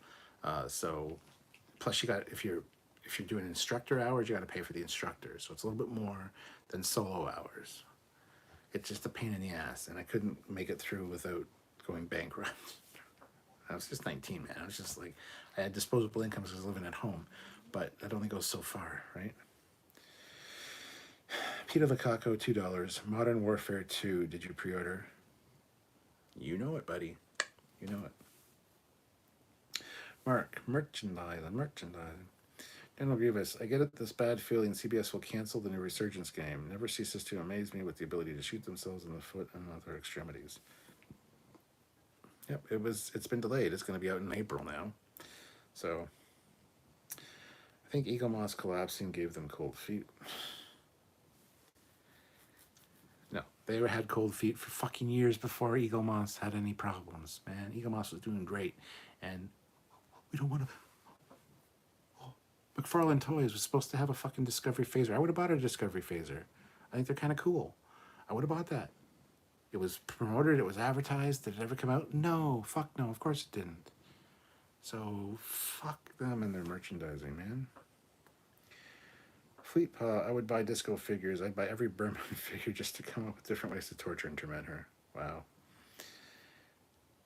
Eric Martin, it's a small world, Cap. I learned to fly gliders in Embro when I was... No, nice, cool. I actually learned how to fly something with an engine and some power, but cool on you for gliders, man. That's awesome. Every plane is a glider if you turn the engine off. So even I can fly a glider then in that case. So, but I can turn my engine on and keep going. Sorry, man. Sorry, Eric. Just like busting your balls. General Grievous. Look at what they were able to do with Elite Force, and it was a huge success. And it was Star Trek, but it was a great product. Imagine if they made a game like that today. I know, Call of Duty, but Star Trek would be amazing. General Grievous. CBS is too afraid of taking the right risks with investments and not afraid enough of taking the wrong risks like Discovery. Spaceballs, the flamethrower. The kids love this one. This Jericho, some crappy Nerf guns is the best they can think. Yeah, exactly. Exactly. And it's not even like an exact replica of the gun. It's got the stupid Borgified shit on it. Like, there's no option to not have that. Yeah. Air Force Proud makes the best flight sim trolling vids. Rant alarm, rant alarm. Sean says if you build another game like Elite Force, you could have level builder and it would be in it and some common assets. And it would be very easy for the fan community to build licensed ships. Internally, at least. Well, they don't want people making their own ships. Oh no, because if people make their own ships, oh my god, you know what then? If they make that ship 3 years later in a show, just by coincidence, because there's only a certain number of configurations you can put fucking ships in, then they got to pay that person rights. We don't want to pay anybody rights for anything. We didn't steal your idea, even though we probably did. We saw it and fucking used it. But anyway, whatever. Like, fuck them. Imagine a Playmates USS Protostar or Cerritos. Yes, Protostar 100% for Playmates would be awesome. Tomcats. A10 go brats. John O'Sullivan, did you see there's some electric light aircraft now that saved you about 20 to 30 an hour on fuel? Cool. I want to fly something with some style though. Like I like the Cessna 182s. I think they're fucking nice looking Cessnas. So, yeah. Squadron Course, I'd like to get my skydiving solo certification. Well, then you're stupid. Don't ever jump out of a fucking plane. There's no place nearby that does it. That sucks. My brother Steve, for one of his birthdays, jumped out of a plane, missed the fucking mark to land by like a mile, and had to walk through the field on this blistering hot day. But yeah, he did. I don't know, man. Don't jump out of a perfectly fine aircraft. Aaron Waldke is here with $5. Good to see you, Aaron. What do you think of the NA class for the USS Aldeo? What do you think it's... Okay, what do you think of the NA class for the USS Aldeo signifies versus NX or NCC? Easy, automated. X is experimental. A is automated. NCC is, well, depends on your... It's either naval construction contract or it's navigational contact code. NCC can be a lot of things. But, yeah, the NA stands for new automated. That's what it stands for. Aaron, you should know these things. You should... Okay. I can't wait for Prodigy. I love you guys. You know your stuff. But, you know, you should have some consultants. Consultants that know Trek. I don't know if we know anybody that might know something about Star Trek, though. Huh. But yeah, it means automated. We have a video coming out about that very thing on probably Saturday or Sunday, this weekend sometime. Sean O'Sullivan, Discovery phasers are amazing. You can shoot them straight, even when pointing them backwards. Yes, that's a great scene. She definitely fucked that up. General Grievous, Lucasfilm made the same mistake with marketing the original trilogy when they made their Galaxy's Edge at Disneyland and Disney World. The same thing with Galactic Star Cruiser. Yes, don't set it in your new Disney verse. Set it in the original trilogy time, and people will be more interested. Yes. The largest revenue source for Star Wars for Lucasfilm was still the original trilogy, and they chose to make their settings the sequel trilogy, and even sequel trilogy toys aren't as popular. Yep. Squadron Course. The problem with games like Elite Force and Call of Duty is that they would only work well with PC VR or PSVR. Most of the marketing and Quest 2 owners, the hardware will get better though. It doesn't need to be VR. Give me a Call of Duty style Star Trek game. I will eat that shit up. It doesn't need to be VR. I play Call of Duty. It's not in VR. It doesn't need to be VR. Sean O'Sullivan built it into the TNC of the game. You don't own what you build, and then then it's no issue. Oh, yeah, well. Terms and conditions. Eric Martin, I remember when the toy companies passed on Star Wars toys and Kenner got the rights and made a killing. Yeah, that was, yeah. I bet you a lot of people were kicking themselves in the ass or got fired because of that. Jeff Sturm, don't jump out of an aircraft. Never do that. This is Starfleet. Jump out of a shuttlecraft, bro. Thought they chose NCC because they thought it looked good on the original. It did. It did. But this is... Hello. Welcome to Star Trek fans. It became naval construction contract. It became navigational contact code.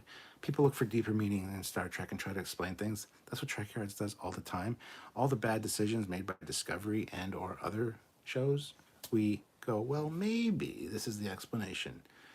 This would make sense and make it work in the universe. Do they ever go and follow those ideas or even think about them more than what they wrote on their fucking script? No, generally not. Maybe some of them do, like somebody that just super chatted. But I'm just saying, NCC, it did. It looked good. Plus, there's also the rumor that it was on Matt Jeffries' The Tail of His Plane, NCC 171 or something was his plane number, or NC 171, and they changed it to NCC 1701 because it just looked good. So yeah, there's lots of rumors.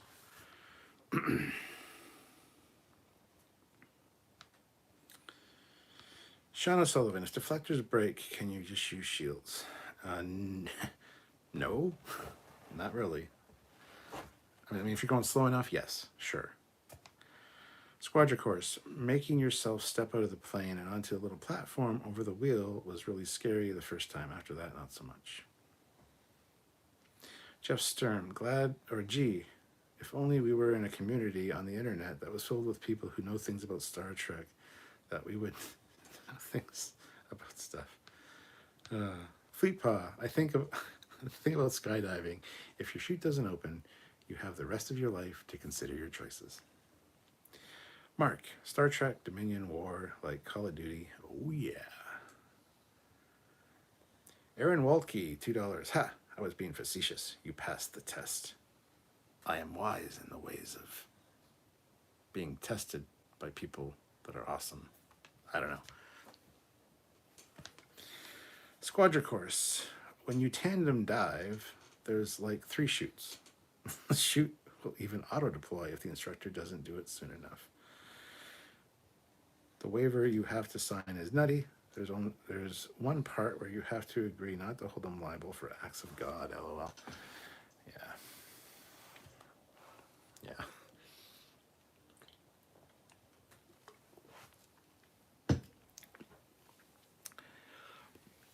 Anyway.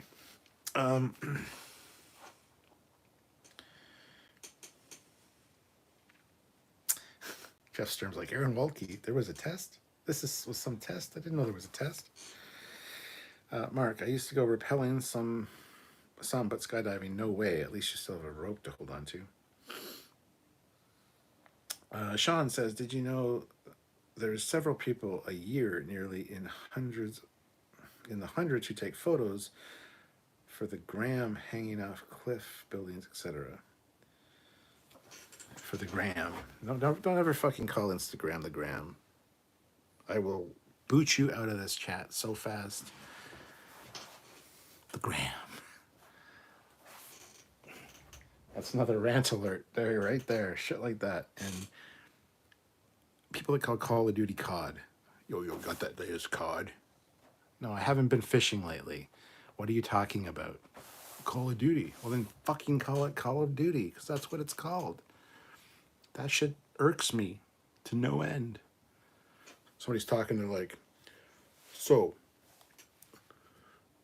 I did this thing and it was really awesome IRL. You just fucking abbreviated in real life. You couldn't say that? Like, it just pisses me off so much. LLAP. Which, actually, the new Star Trek Prodigy game, Supernova, there's a line from Dal where he says LLAP, and I laughed. I thought that was kind of funny, but generally I hate that kind of shit. So, yeah. Oh, you got the latest COD? Yeah, no. Have they upgraded the codfish? I don't know. Has there been some evolutionary change that I'm not aware of? Just fucking call it Call of Duty, man. Oh, Eric Martin. Wow, I didn't even see this. Wow, if they had Star Trek COD game.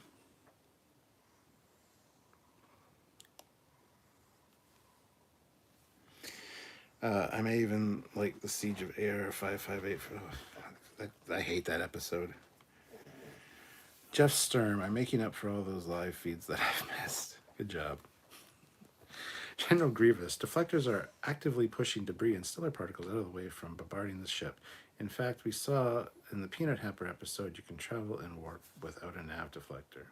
You can't travel and warp without a nav. You can. It's just fucking incredibly stupid. And the chances of you dying are extremely high. You can travel without a deflector. You don't need a deflector. I'm surprised Peanut Hamper had one. And it was a TOS style one. So it's like, whoa, there you go. Jeff Sturm, that was not a rant alert. That was a warning. Squadron Course, the local rock climbing gym closed down though, so haven't been since before the virus thing we weren't supposed to talk about. Sean O'Sullivan, sorry, I meant die taking those photos, and I used the term ironically. It irks me. It irks me. It irks me. It irks me, and I shall have him. I'll chase him round the moon, the Mon, and around the AMS, and through PF before I give him up. And you got to abbreviate everything, man. It's the cool thing to do. The cool kids are doing that shit. Sorry, I don't know why it took me. Being dyslexic is a pain in the ass sometimes, I gotta say. And sometimes it's hard for me to,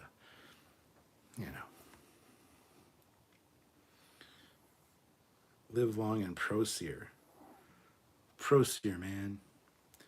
The codfish now flies. I was thinking that. Did it grow wings or something? But I didn't say it. And I was going to say instead of wings, did it grow 2 dicks or something? But then I didn't say that either. But now I have. So, General Grievous, did you get the latest COD piece? No, I don't have a suit of armor yet. I really want to get one. Fleetpaw, unpopular opinion. I liked Siege of AR 558. I'm so sorry for you. Please get a sense of taste at some point. I'm just kidding, Fleetpaw. I having a battle, a ground battle with phaser rifles. Why not set them to widest possible dispersion so when there's fucking groups of Klingons or whatever running at you, wide dispersal, just knock them all out. Maybe more energy requirements. We're running low on ammo or energy. Are you though? They tried to make a modern military thing in a sci-fi universe where we know kind of the rules of what these phasers and things can do, and it just didn't work for me, man. Didn't work for me. Grant McGregor, $20. Interesting how Lower Decks doesn't have a Spock ID image. Spock saying, fascinating that a reporter witnessed the rescue of Callie's replacement to be the same person who sent her to discredit the most respected Callie. Okay, I need to break this down. Interesting how Lower Decks doesn't have a Spock ID image. Don't know what you mean by that. Spock saying, fascinating that a reporter witnesses the rescue of Callie's replacement to be the same person who sent her to discredit the most respected. Witness the rescue of Callie's replacement.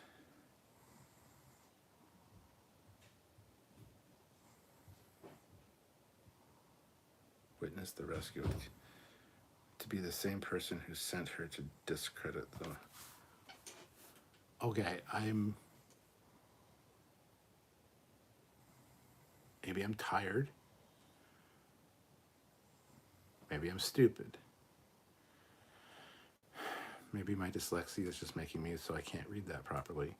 But but I have no fucking idea what you're talking about, Grant. Thank you for the super chat. It's very much appreciated and needed. But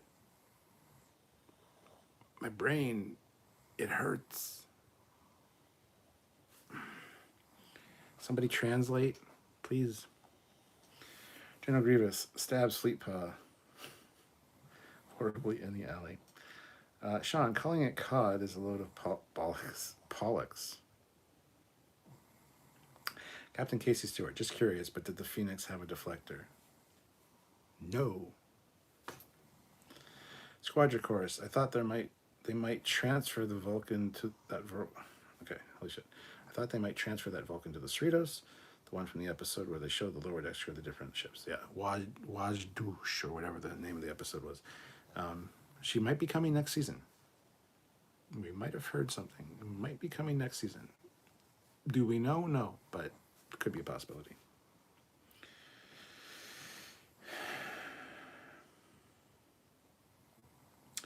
Why are you upsetting the captain? What phasers can and can't do seems strange. Yes, it's very plot convenient, just like transporters and shields and warp and gravity plating. I love how gravity plating always works. You know, in animated shows like Prodigy and Lower Decks, you can fix that. I mean, if all systems are down, there's no power. There's no grav plating power. Now, my explanation for why there is grav plating or artificial gravity when all the systems go down is because it's like a sponge, the way the plate is. So it's creating the gravity it's supposed to, when it stops, it's still got residual gravity that lasts for quite a long time. Like if you go in 4, 5, 6 hours later, you'll notice it's a little bit easier to move. It's more like walking on the moon, let's say, but there's still gravity because it's still residual in the plates, the gravity plating. So feel free to use that, anybody. Grant, that's a $20 tongue twister. It's a brain twister, man. It's a brain ringer. It's ringing my brain out. He's talking about how Admiral Bonamigo sent the reporter to report on the Cerritos, then sent the El Dio to rescue the Cerritos. Yeah, but the two aren't connected. It's not a big conspiracy. Like, yeah, he was proud that it's like, oh, so if he knew the Breen were there to send in the Texas class, the Alito, why would you put the Cerritos crew in such danger? Like 3 Breen ships are phenomenally dangerous. Is he a bad guy? Is he part of the Rutherford thing? I mean, that could be the case. That'd be interesting.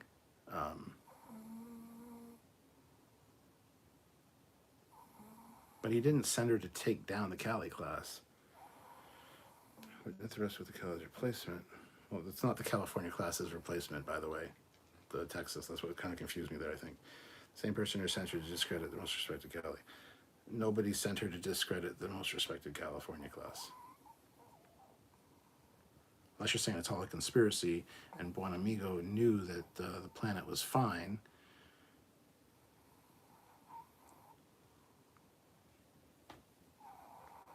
That could work. I could see them doing that. Okay, there you go. Jeff Sturm, does your brain hurt from me posting so much? Lulz. No. It's all good.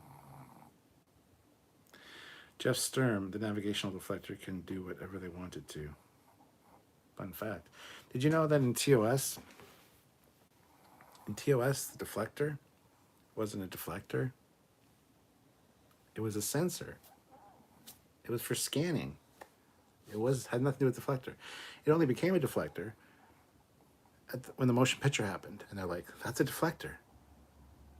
Oh, so retconning, now the TOS one is a deflector. Yeah, but it was never a deflector to begin with. It was a sensor. That's why it looked like a satellite dish. It's for sending and receiving signals. It wasn't a deflector. And some source material, depending on what you look at, says those 3 little circles on the front of the saucer of the TOS Enterprise are actually the deflectors. So Yeah, the TOS never had a deflector. That was the main dish. No, that got retconned. General Grievous, my question is we never found out why the Breen were on the planet in this latest episode of Lord X. We might find out next episode. I don't know if it's going to be a carryover thing or not. We'll have to talk about that. Eric Martin, Reliant didn't have a deflector either. It did, though. It did, though. If you ask Rick Sternbach, Andrew Probert, any of those guys, they'll tell you that it's much like a modern-day fighter jet. The radar system of an F-14 is in the nose cone. When it's on the ground, you can open the nose cone, you can see the radar dish, which can move. But when it's closed, it's not trapped. Like the radar only shows what's inside the nose cone. It can bleed through and do its job. Reliant had the same thing. Now there's two schools of thought on this as well. Either it has two inset deflectors in the front of the saucer section, which are behind panels that look like the saucer so that it can still do what it's supposed to do, or it's those two little bulbous things at the back of the saucer on the top. They're like semicircle kind of things. I don't have a Reliant with me right now. Hold on a second. I'll show you what I mean. Because I have a whole library of Star Trek books behind you guys. Let's get a Miranda. The DS9 tactical. Oh, fuck me sideways. It only shows it from the fucking side. All right. Here's a Miranda. There's these little things right there, which from the top, there's one on each side. They're little like semicircles. They could be deflectors because, yeah. There's also they're also on the side of the deflectors of the Constitution class. There's like 3 of them, one on each side and one on the bottom. Different technical manuals say they're different things. Just looking for another Reliant schematic, which I don't have. Maybe I do. Hold on. Starfleet ships. 2390. All right. Eagle Moss to the rescue.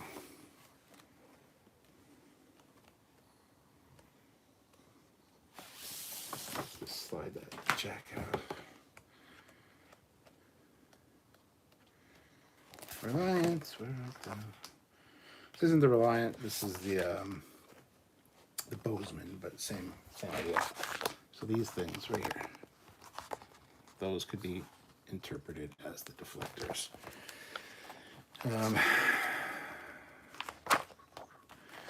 Different people say they're different things, of course. And I'll show you where they are on the Connie in case you guys don't know, the refit Connie. Right. Oh, for fuck's sakes. Seriously? It's got every shot but the front. It's got the top, the side, and the back. But you can see them here on the side. If you look there, there's these little round things right there and there. There's 3 of them, one on each side and one on the bottom. Those could be part of the deflector system, with the main dish still being a sensor like in TOS. There's lots of conflicting information. Oops, sorry, puppy. I almost stepped on a puppy.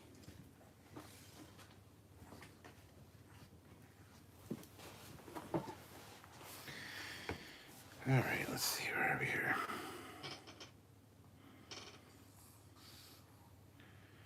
What are your thoughts on the non-visible deflectors like on the Miranda? I think they're fine. You know, just because you got to think too, the Miranda has a squatter profile, whereas the Connie has like the neck and the secondary hull and the it was a bigger not profile, but silhouette coming at you. So it makes sense that it has a bigger deflector that's clearing more stuff. Whereas the Miranda is much more squat. It's got the saucer, little roll bar, and the engines, which are very close. And from the front, it's very much. So I have no problem with it having smaller deflectors that aren't as visible. So hope that helps. Grant McGregor, $5. Texas class is implied to replace California class. Yes, I'm saying it was a setup. Texas class is not implied to be replacing the California class. I have no idea where you got that from.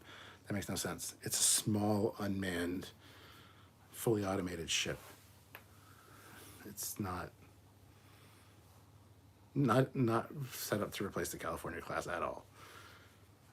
I don't see that happening at all.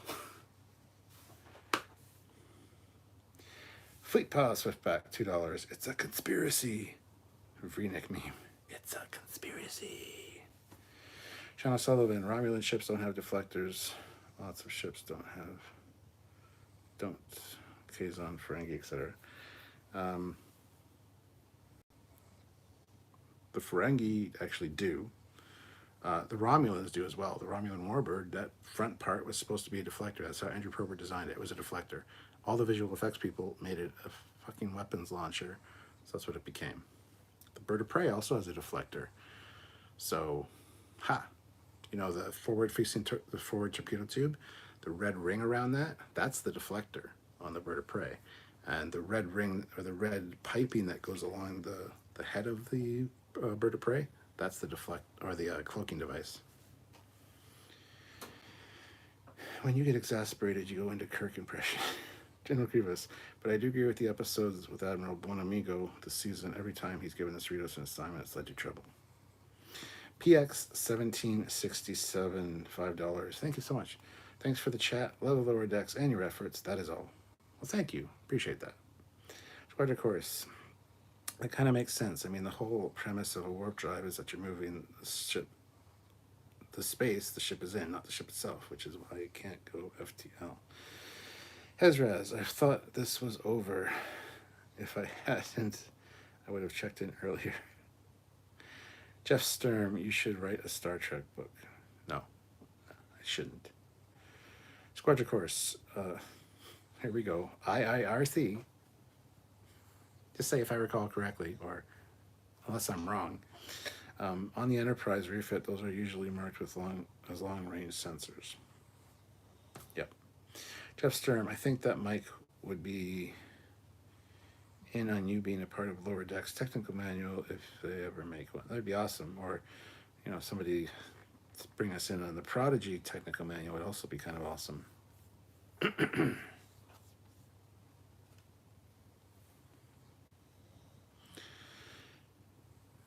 Ooh, all right, Eric Martin. So sorry I made the Reliant comment. Please forgive me, folks. Ezra, that would be cool. Jeff Sturm, Eagle Moss. I know what you're talking about. I've seen the suggestions for non-visible deflectors before. Seems okay to me. Like the episode you mentioned earlier too. They look a lot like giant fasteners. They do. Ship time. Then there's the Oberth that don't have nothing. Oh, fuck's sakes. Other than being named after states, they are totally different. The Texas class is like future drones. Yeah, absolutely. Mark says if anything would be set up to replace the Cali, it would be the Parliament class. Yeah.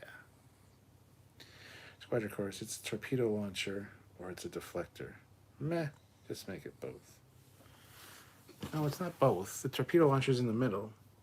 The red, there's 4 little segmented red rings around there, like the Xbox 360 ring of death. That's the deflector around the. Even the here we go. Fuck.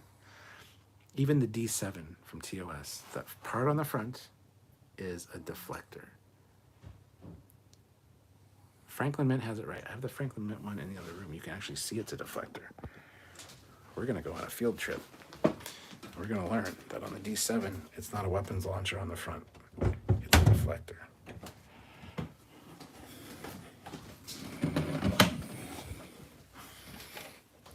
So we are in the ready room.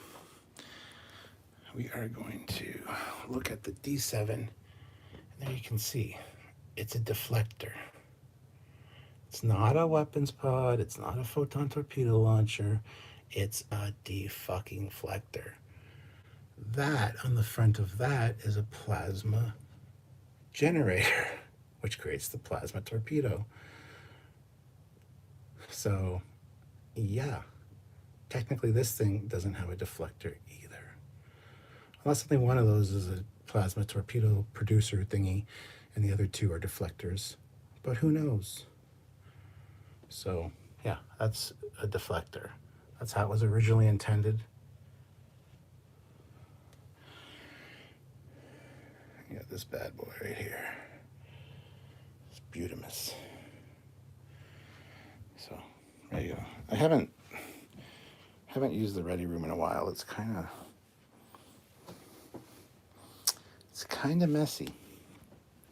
You notice my lives, my Thursday night lives haven't been in here lately. I just haven't really felt like making sure it's clean enough. So, oh, now it's dark.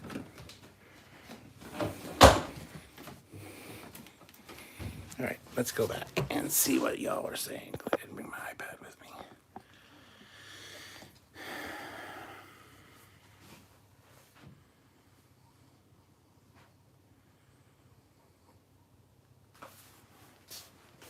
Sorry, that was the D7 we're talking about. Originally, we were talking about the bird of prey, and yes, there's the red deflector ring. Grant McGregor, $10. I wouldn't be surprised if the writers made the guild ship have an asymmetrical single warp coil just to troll. Also, Cali and Texas are sister states. Cali's flag has Texas in it as a star. Sean O'Sullivan, at least it's not California. Star Trek writers are barely better than Red Hot Chili Pepper lyrics. Wow. Ezraz, I forgot to mention it earlier, but we will find out more about the Breen next episode, the finale. I forget who mentioned it earlier. Well, that's good, at least. Ooh, field trip, quiet. But I don't want to aggravate the captain too much by getting that deep into the conversation. Field trip. Oh no, field trip. Someone aggravated the captain. I need to get me some ships. Grammar. Words. Grant McGregor throws in $5. My final super for tonight. If I'm wrong, I'll give at least $250 super chat at the end of the series. Oh, for it being, if you're wrong, okay. I'll remember you said that. Everybody remember Grant said that. $250 super chat if Admiral Buonamigo didn't set this up with the reporter and the Texas class coming in to save the day. I mean, it's pretty obvious now that you've said it, but it's almost too obvious at this point now that you've said it. So I don't know. I don't want that to be the case, but yeah, Buonamigo, I don't know, man. He's probably the typical dickish admiral that they have in Star Trek, so could be. So yeah, I'll give you all credit if you're right. Jeff Sturm thought that the ready room would be bigger, right? Jeff Sturm and attached to the British. And now I'm watching Ghost Hunters, Trekyards edition. Sean O'Sullivan, why do ships only have one deflector? If it fails at warp, the ship will explode before you notice.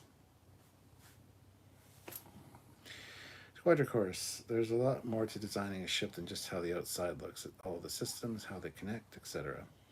As a kid, were you weirded out when the Iconian Gateway went to Toronto City Hall? No, I didn't know it was Toronto City Hall at the time because I was just a kid and stupid.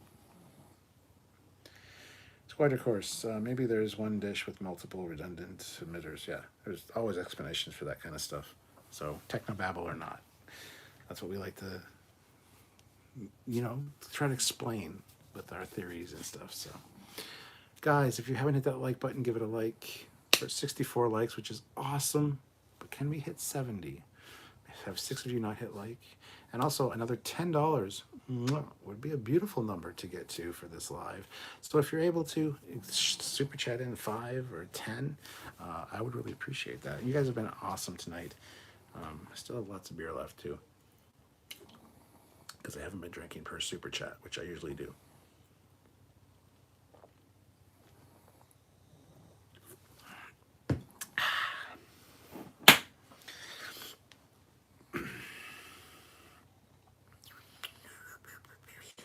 I wish they'd start designing ships inside and out instead of trying to make for later. Jeff Sturm, that is the purpose of Technobabble. It's whatever you want it to be. Mm-hmm. And Squadra Course throws in $1. Well, it's almost to that $10. Thank you. I wonder if is Aaron Waltke still here? Aaron, are you in the house? Let me know. Oh shit, he'd have to super chat. Fuck. You'd have to super chat to talk to me because YouTube screwed up. And it wasn't me that screwed up. I set it up exactly as I always do. Only members can chat, but everybody can super chat. So, Aaron, if you're still here, let me know. I'm just interested to find out if you've been listening to me babble for the last, 20 minutes. Speaking of Aaron, your episodes are coming out before Prodigy airs, so our interviews with you.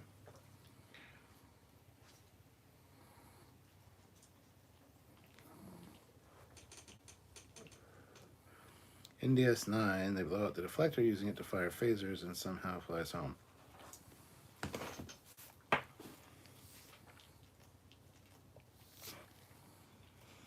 Are you talking about the Galaxy class? You've seen what the deflector looks like, right? There's an inner ring, there's different colors, there's different things. It's not all a fucking deflector. There's emitters, there's sensors, there's deflector segments. So it didn't burn out the entire thing. It burned out the emitter parts of what they used to make the weapon. That can be explained too, man. Plus repair teams exist. Just saying.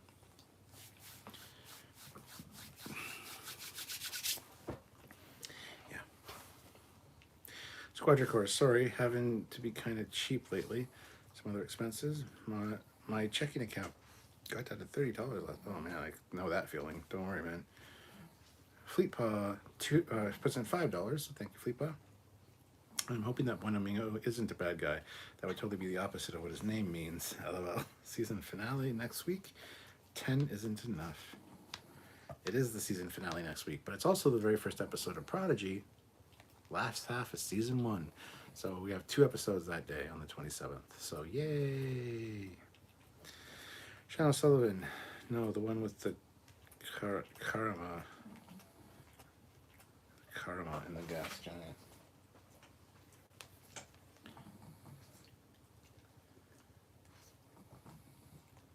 Regardless, stop.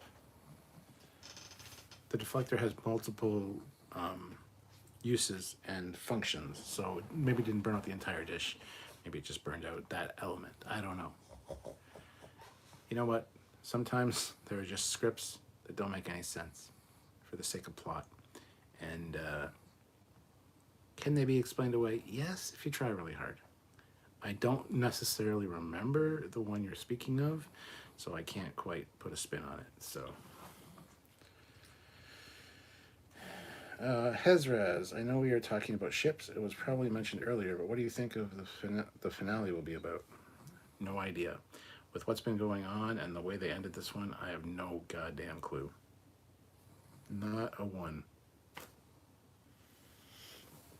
Fleetpaw, Starship Down, I believe the episode is called. Can't recall it off the top of my head. But anyway, guys, thanks to Fleetpaw, we've kind of hit that goal that I was going for, so that is awesome. Thank you so much. Much appreciated. This has been a really fun live. I would love to continue going on, but, you know, it's up to you guys, I guess.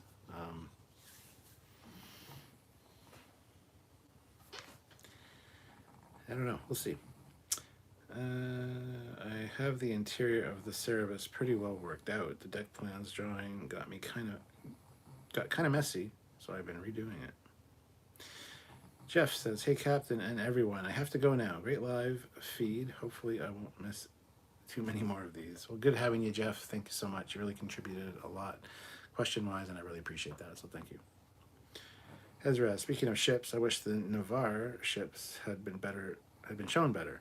I saw some awesome pics someone designed of the Navarre ship, and it was an awesome hybrid.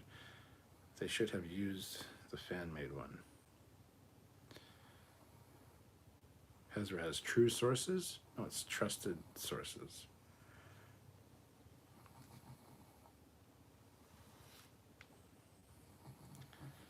Sean Sullivan, you watching For All Mankind? Yes, I've seen all of it. It's amazing. Sad I missed most of it. Have a good night, all. Yeah, it was a good one. Sorry, Hez. Squadron Course, one of the harder things to figure out was how does the base matter get to the individual replicators? Yeah. Yeah, thanks to everybody for being here. I really appreciate it. I think I will call it quits, though. If anybody wants that last super chat slot right now, Fleet Paw has it, so anybody want to snipe in with $1 or $2, you can do so now, or you can ask me a question and keep me here longer. It's up to you guys. But join us tomorrow at 4 p.m. Eastern Standard Time for our full breakdown and review of this episode. Should be a fun one to discuss for sure. And yeah. Snipe War. Did Andor get better? I gave up on episode 2. Yes, it got a lot better. Trust me, it was a slog for me to get through episodes 1 through 3, but then it got really good. So don't give up on a show because you can't get through 2 episodes. You need to watch the fucking show for what it is. You have to watch the entire season. Don't give up on shows because you get bored after 2 fucking episodes. You need to power through, give it at least a season, or at the very least, 3 to 5 episodes. Very least. Yes, Andor got much better. Andor was great. Is great. I have a question. How does the matter get to the individual replicators?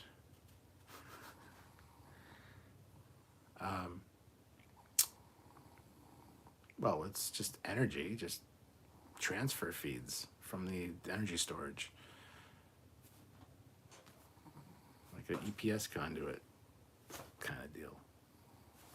Or, if you really want to go full hog on it, you could say that when a replicator gets a request to replicate something, since it already uses transporter technology in the replication process, it just transports the matter or the energy from wherever the main storage is to the replicator to create what it has to create. There's lots of answers. Just got to be creative. Because I honestly don't know the answer to that one offhand, but shouldn't be that difficult to figure out. Sean O'Sullivan, €1. Thank you so much. Squadron Course, $1. It's euros versus dollar, guys.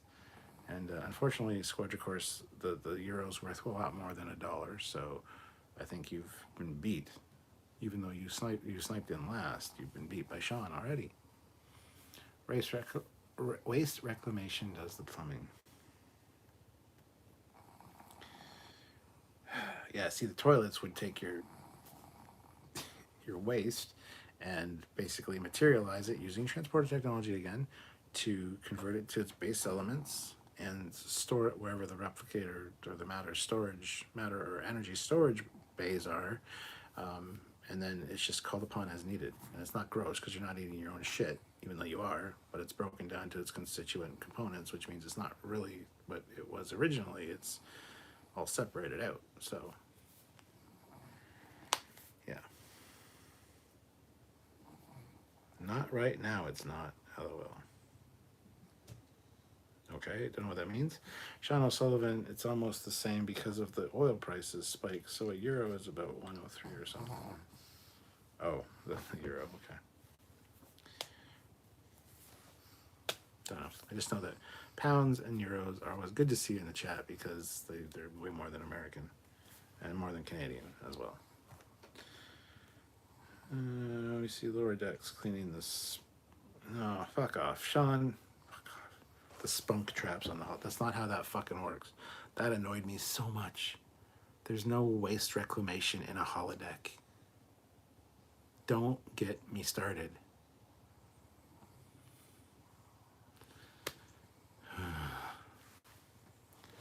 Anyway, that's kind of what I decided to some big main tanks with smaller distribution and collection tanks, and a transporter moves stuff between them occasionally. Yeah.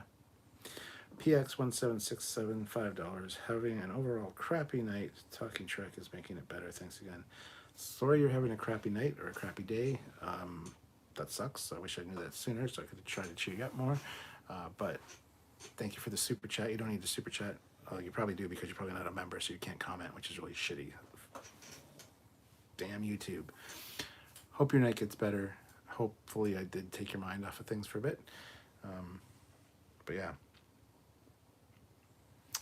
Cheer up, man.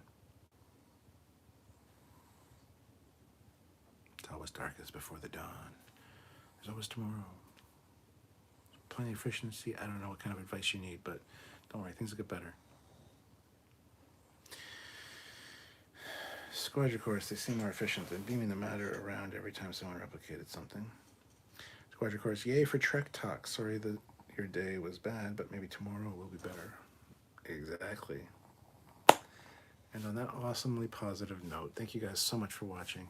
Have yourselves a good night, and we'll see you tomorrow. And don't forget to tune in on the weekend for some really great episodes. So, Trekyards, we're here to stay.